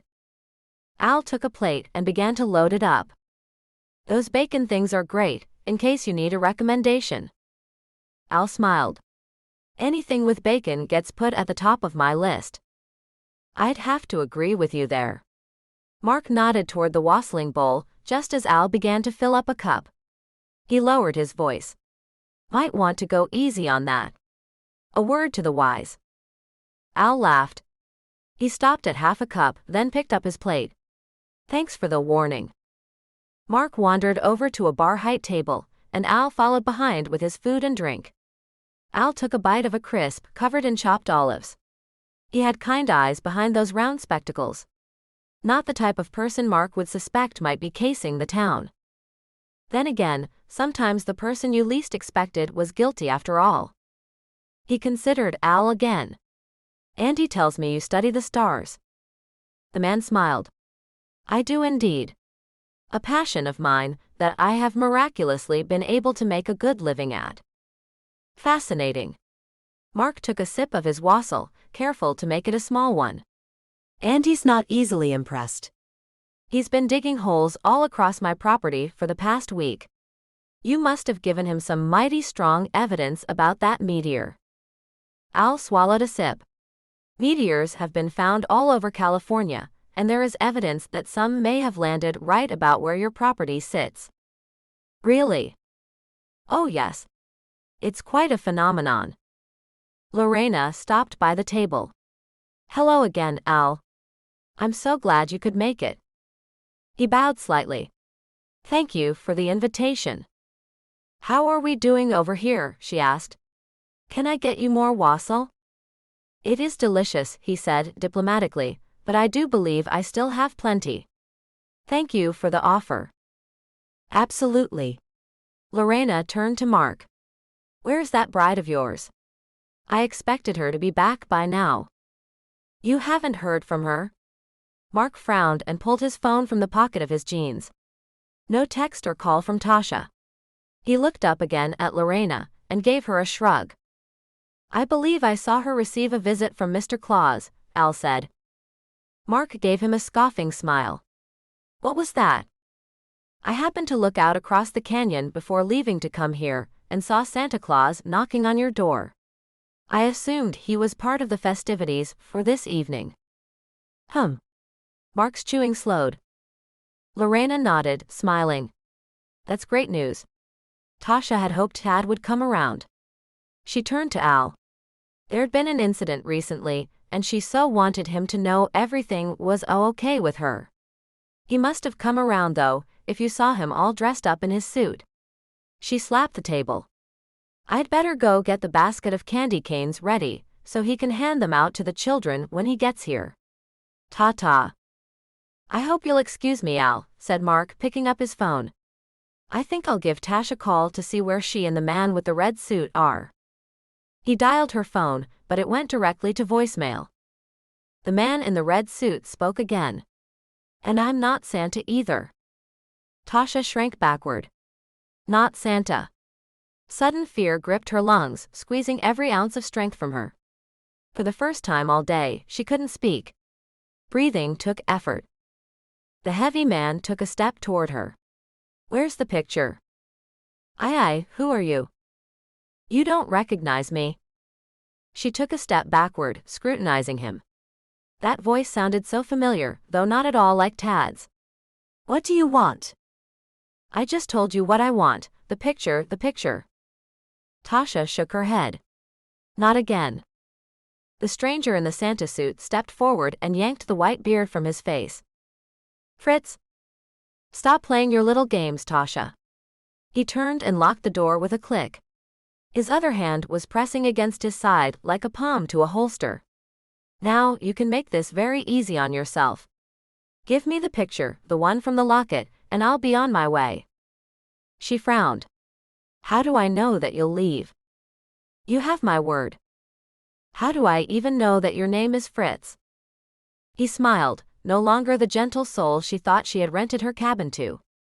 Even in a Santa suit, his once gentlemanly face had morphed into harsh edges and taut lines. "My name is of no concern to you. If you don't hand over the photograph that was in that locket, this new house of yours is going to have a terrible accident." She lowered her eyes to what had at first looked like the barrel of a gun. Tasha forced herself to swallow, the sensation like a knife in her throat. Not a gun, she realized. A blowtorch, probably the one missing from Lorena's kitchen. She looked up. "First of all, I have no idea what you're talking about. If you know about the locket, then you know it's been stolen." Even as she said the words, she realized Fritz had stolen it. He must have been the one she saw wearing the Santa suit that night. The one who had ignored her obnoxious knocking on the door of the antique shop. Fritz grinned. "I know he gave you the photo. For all the grime in that place Tad calls a business, his note-taking is quite fastidious." Along with the locket was a receipt with a note on it that he had given the photograph to you, for safekeeping. Tasha scoffed. "I vaguely remember. It was a tiny picture of a very old woman. Probably just a stock photo put there to make the locket look vintage." A hissing sound. The smell of gas. A lit flame. Fritz smiled as he aimed the torch at her. "Go upstairs." Slowly, Tasha backed up the stairs, increasing her speed with each step. Her mind spun. She could not let him destroy the home Mark had built for them. She wouldn't. But she wouldn't be handing over that photo anytime soon either. Not when he was willing to risk so much for whatever secrets it held. Even if she were to lead him to it, there was no promise that he would leave this house or her safe on his way out. "If you're not going to assist me, then I'll have to take you out of the picture, so to speak." He let out a laugh, the sound of it caustic. Keep going. She had reached the master bedroom. He wouldn't find the photo in there, but still, he persisted in pointing that blowtorch at her. Tasha rolled her hand into a fist. "I'm telling you, you're not going to find what you're looking for, Fritz. I suggest you leave now. Get out of Cottage Grove before you're arrested." "For what?" "Impersonating Santa." He chortled at his attempt at a joke. "They'd have to arrest every clown in a costume in malls, from here to Alaska." He handled the blowtorch like it was a gun, using it to gesture toward the door. "Outside." "Outside." She turned. "The deck." He smirked. "You can stay on that deck while I take a look around. As I see it, there is no way to get down. And if I don't find the picture I'm looking for, I might just have to toss this ball of fire onto those dry pine needles outside. You and your house will go down in flames. Now go." Tasha righted her shoulders and took a step onto her desk with a bird's nest view. Fritz slammed the door behind her, locking it in one click. She had no phone and expected no one to be nearby anytime soon. Even the guys across the canyon, if she could somehow signal them, had all been invited to the Christmas party. She'd half expected to find Mark here changing his clothes for the big event. But he never showed, which meant that likely he had gone straight to the camp. As far as she could tell, Tasha was obviously, frighteningly and dangerously, alone. Mark hung up, an uneasy sense creeping through him. He strained to remind himself of all the tasks Tasha had listed on their phone calls throughout the week. Did any of those include shuttling Santa Claus around? He shut his eyes, trying to remember what, if anything, she had said about the benevolent man in the big red suit. Get a hold of yourself, Shepherd. Just then, Tad Gray stepped in through the main doors wearing a flannel check shirt and his usual scowl. No Whitebeard in sight. Tad, he said, approaching him. Where's Tasha? Excuse me. The pump on his heart turned up a notch. Did you see Tasha before you got here? At the mention of Tasha's name, Tad blanched. Mark knew that Tad had been laying low since the burglary, that he had not taken the violation of his shop's security well. Tasha had vowed to make him comfortable tonight, but she had not mentioned a thing about seeing him before the party. Wes stepped in between them, puffing out his cheeks and flicking his chin at Mark. I'll handle this. He looked directly at Tad. Where were you earlier tonight? Mark grimaced. Tasha would kill him if Wes managed to chase Tad off before she got here. He held up a hand like a stop sign. Wes, I got this. Wes pursed his lips. Suit yourself. Tad shifted and eyed the door. Maybe it would be best if I left now. No, Tad, really. We want you here. Mark's mind raced. He glanced at Al. I heard someone mention that they saw Santa knocking on our door tonight. He felt ridiculous saying that. And Lorena assumed it was you, because of your Santa suit and all. Tad let out a sad sigh. Well, that's just it. My shop has been burglarized again. Officer West stepped up, one hand on his holster. Come again. I believe he said that his shop had been burglarized again, Al said. Wes looked down his nose at Tad, as if scrutinizing the shopkeep. Can you name what is missing? You don't think I know what's missing from my own store? There, Mark thought. The old Tad was back. Well? Wes wasn't backing down. Tad looked him in the eye. My Santa suit, the one I used to give treats to the kids on the weekends during December, was stolen clear off the hook in my office. Like that, Mark was out the door and on his way to find her. Maybe she should have told him where he could find the photo. What significance could the notation on it possibly have all these years later? Tasha second-guessed herself again and again. She hadn't had a chance to grab a sweater on her way out, and made a note to herself to stash a blanket somewhere on this deck, on the chance that she ever were locked out. Again. She shivered. Inside her home, Fritz was pawing through her things. And she had no one to blame for that but herself. She'd welcomed him in, not only to this house but to her cabin as well. She either was a terrible judge of character, or terribly gullible. Or both. Tasha huffed an angry sigh. Mark would miss her soon, wouldn't he? And Lorena. Maybe even Wes. Then again, she didn't know what time Mark made it to camp, or if he had yet. And Lorena was probably swamped with kitchen duties.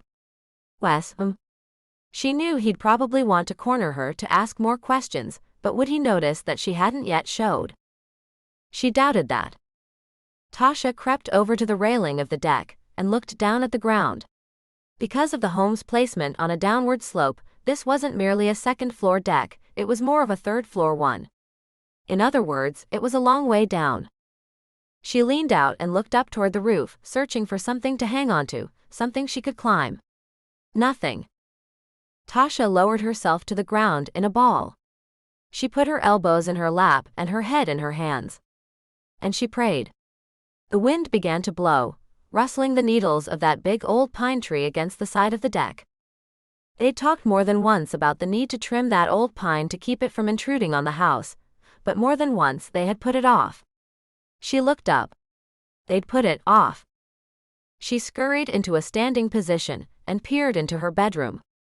No sign of Fritz, aka Santa. Like lightning, Tasha stepped over to the edge of the deck and focused her attention, not on the ground below, but on the massive pine's meandering branches. The ends were thin, but thickened significantly closer to the trunk. Was it possible? Could she climb out from nearly 3 stories up, pull herself along the closest branch and manage not to die? Tasha blew out a stress-laden breath. As she saw it, she had one chance to get this right. And one chance only. His heart hammered in his chest, but Mark willed himself to think clearly. Don't do anything stupid. He repeated this mantra through the winding streets that led toward home. His home. Their home. If anything happened to her, he had no idea what he'd do. None. He pulled up to his street, but stopped a few lots back from his property. No sense tipping off the intruder, if there was one. Anger boiled within him. He grabbed a crowbar from the bed of his truck and hiked down the steep hill toward home. The chandelier was on. Was she still in there? Trapped? Afraid? Mark hopped over the railing and charged across the needle-strewn path toward the deck. And stopped. He spotted her, crouched under their front deck, one hand on a garden hose. She held a finger to her lips to warn him. He slid in next to her like a runner at home plate. He wanted to touch her, to pull her close, but she put him off. What's going on? He whispered. Her eyes widened, and she gave a sharp shake of her head and pointed up toward the deck. He noticed that she had slipped the high-pressure nozzle onto the end of the hose. Quietly, she craned a look out from beneath the deck toward their front door. He was losing his mind. If there was somebody in his house, he wanted to know about it. She reached out and gripped his arm. It's Fritz, she whispered. I got out, and he's going to figure it out soon. Does he have a weapon? She hesitated, then nodded vigorously. No wonder she hadn't wanted him to charge inside. I'm going to call Wes, Mark whispered. We need backup on this. No. He frowned. I don't understand. A door opened above them, and Tasha pressed her fingers to his mouth to quiet him. She was wild-eyed, but he trusted her. Slowly, she pulled her hand away from his face and lifted the hose in front of him. Come out wherever you are, Fritz's voice taunted from the deck. You wouldn't dare leave me here alone, Tasha. Not knowing what's at stake. Tasha held up the hose again and pointed toward the spigot behind Mark. She put her face inches from his. I'll point the hose at him and you turn it on full blast. Then you can take him down. He shook his head. No. I can't let you. Too dangerous. She grabbed him by the collar, kissed him hard, and pulled away. He's got a blowtorch. Mark's mouth popped open. He watched her scurry out from beneath the deck, then he flung himself backward and cranked the flow of water as far as it would go. 9. Outside 50-19-07-01. Mark looked up. Wonder what it means. Al Smythe stood in the center of the small living room of Tasha's cabin, looking far less nerdy now that his identity as a special state investigator was revealed. He held the photo of Mrs. Jordan between two fingers. It's a safe combination, and probably a location as well. A couple of plainclothes officers were stationed outside. Officer Wes stroked his chin. Needle in a haystack, if you ask me. Just the word needle caused Tasha to wince. She'd always heard that a pile of pine needles would be a soft place to lay one's head. Try landing in one though, bottom first, from 10 feet up. Not that she wasn't grateful. Not exactly, Al said. We've pinpointed the safe to somewhere on this property, so now it's only a matter of deciphering the code. Wes shook his head. Still can't believe you shimmied out on that tree, Tasha. That took some serious guts. She turned up her palms, which were covered in abrasions and deeply embedded pine sap. No shimmying was involved, she said. Just straight up climbing out on a limb. Mark laughed. Tasha. Al gave her a serious look. I will say that hiding the photo of Mrs. Jordan behind your parents' framed wedding picture was genius. From the looks of things, Fritz turned the place over, but apparently it had not occurred to him to search there. I can't figure out how the guy even knew to look in Tasha's locket, Wes said. I mean, where was that written? He got lucky. He bought a stack of old rare books at the antique shop. Tasha leaned her head to one side. Mrs. Jordan's books. Yes. Apparently, her husband used to highlight clues in those books for all kinds of nefarious exploits. He held up a book. It was fortuitous for Fritz to find this passage highlighted in a Robert Louis Stevenson poem. The relic taken, what avails the shrine? The locket pictureless? Oh, heart of mine. Unbelievable. Mark raked a hand through his hair. How did you know to be watching Fritz in the first place? We were tipped off by a man named Harry White. Tasha gasped. My real estate agent? Affirmative. Fritz is a known con artist. Name's actually Frank Hill. He makes his living, so to speak, by preying on older women. This was the first dead woman that he'd gone after, as far as we know. But how did Harry know about him? Tasha asked. From what we gather, Mrs. Jordan told Harry on her deathbed that her husband had hidden rare gems somewhere on the property. Harry did not give it much thought at the time, as he thought she was delirious. But while in Vegas, he was gambling one night, and let it slip about the gems. When one of the men, he called himself Bill, learned Harry was from Cottage Grove, he invented a story about being Mrs. Jordan's great-nephew. Fritz? Precisely. Only Harry knew that Mrs. Jordan had died without family. When Bill told Harry he was going to lay claim to the property, Harry tipped off the state. So why didn't he just go to the state and demand his inheritance? Why make up a new name and rent the property? We don't know exactly. But Harry thinks he may have spooked him when he said he still had ties to Cottage Grove. Another possibility is that the cabin came onto the rental market, and he might have figured that this would be the most inconspicuous way to get onto the property and start his search. Only you were tailing him. Al nodded. Benitoite is a rare blue gem that was discovered in California in 1907. Unfortunately, a large amount was stolen, and we believe that's what we will find here. She frowned. So the gems didn't belong to Mrs. Jordan. He shook his head. We have no evidence that she knew about the theft. Her husband had them in his possession prior to their marriage. Tasha stepped closer and reached out her hand. May I? He handed her the photo. She pressed her lips together and strained to think about where on this property a safe could be hidden. Mark and I remodeled this cabin pretty thoroughly, and we never ran across a safe, she said. Of course, there are some areas outside we didn't cover. But I wonder what the L stands for. Al took the photo back and gave her a succinct nod. That's what my men are trying to determine now. Mark stood abruptly and joined Tasha. Maybe it's not an L, he said.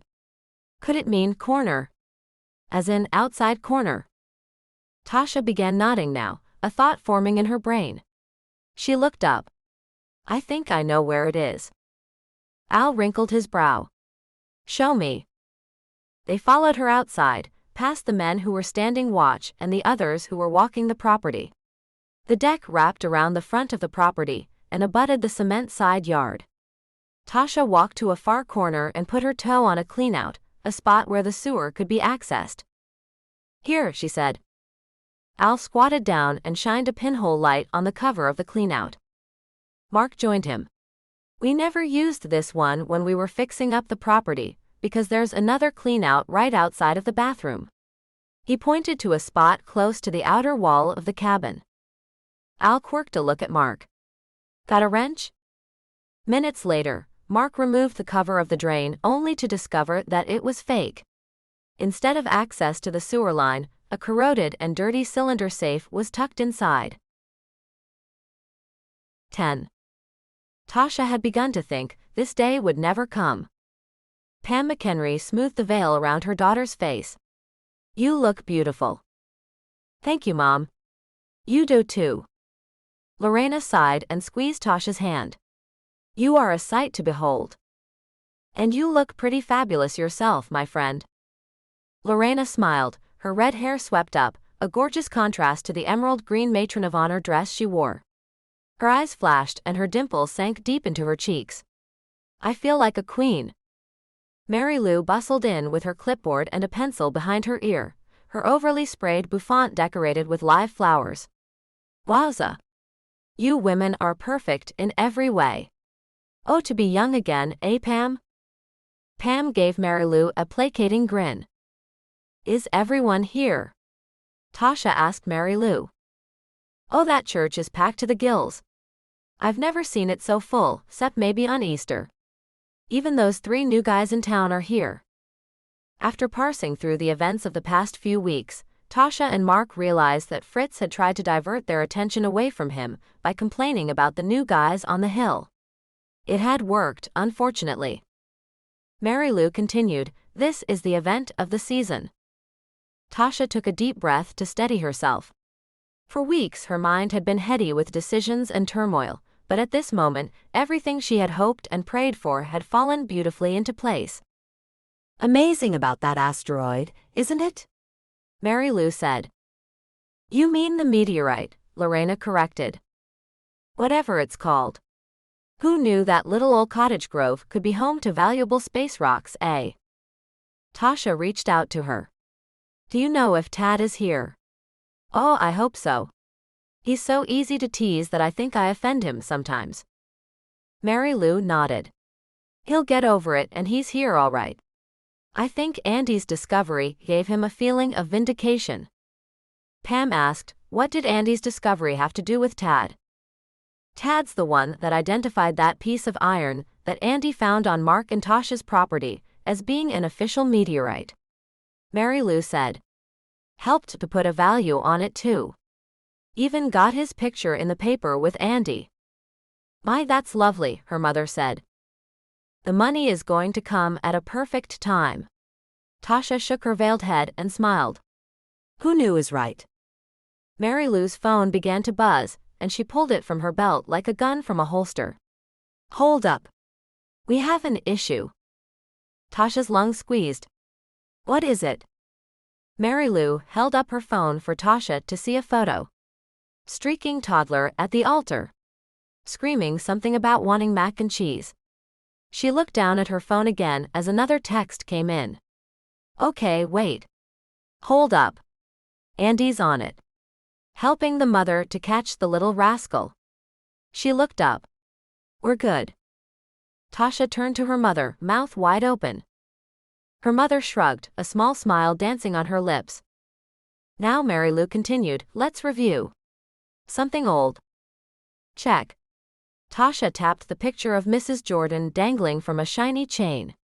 They never did find the original locket. Something new. Again, Tasha tapped the necklace, which she'd newly purchased only 2 days ago. Something borrowed? Check, Tasha said, indicating with a quick look down that her mother's handkerchief was safely tucked into her bra. And something blue. Tasha grinned. She tilted her flowers away from her right hand to reveal a small ring with a translucent blue gem set inside. Mary Lou clucked. I don't even want to ask where you got that.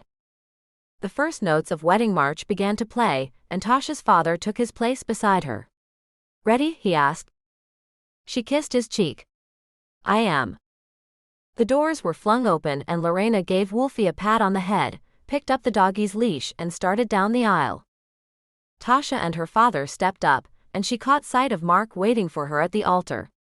Her heart did a little flip, as if seeing his rugged and beautiful face for the very first time. The next few minutes blurred by, as she and her father made it down the aisle. When they'd reached the front of the church, her father guided her hand into Mark's, who took it and kissed it, his eyes on her. 2 years ago she had run to Cottage Grove with an angry, bitter heart. She had since become refined by trials, the devotion of great friends, and the love of a sexy Stetson-wearing cowboy. Tasha had learned that sometimes, tough things happen to make way for those that were so much better.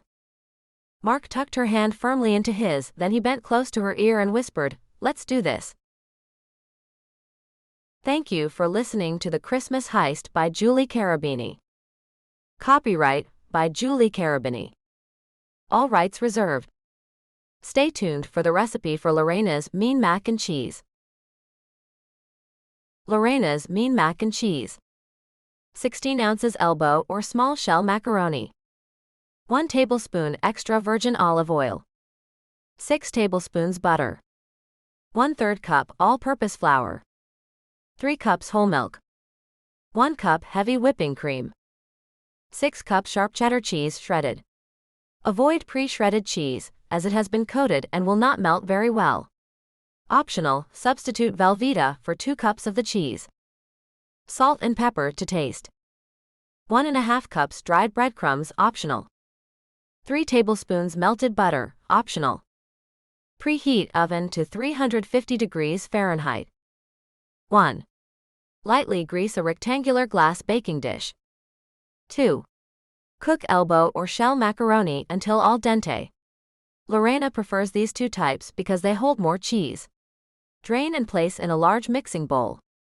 Can drizzle with olive oil to keep from sticking. 3. Melt butter in a large saucepan or pot.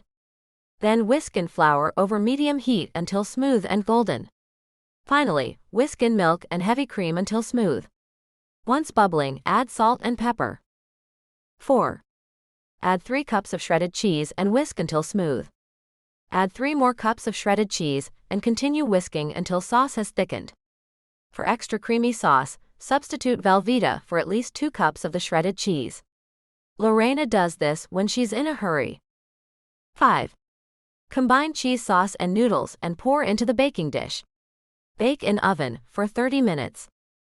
For fancier mac and cheese, top the cheese-coated noodles with dried breadcrumbs, can be store-bought or homemade, and a drizzle of melted butter.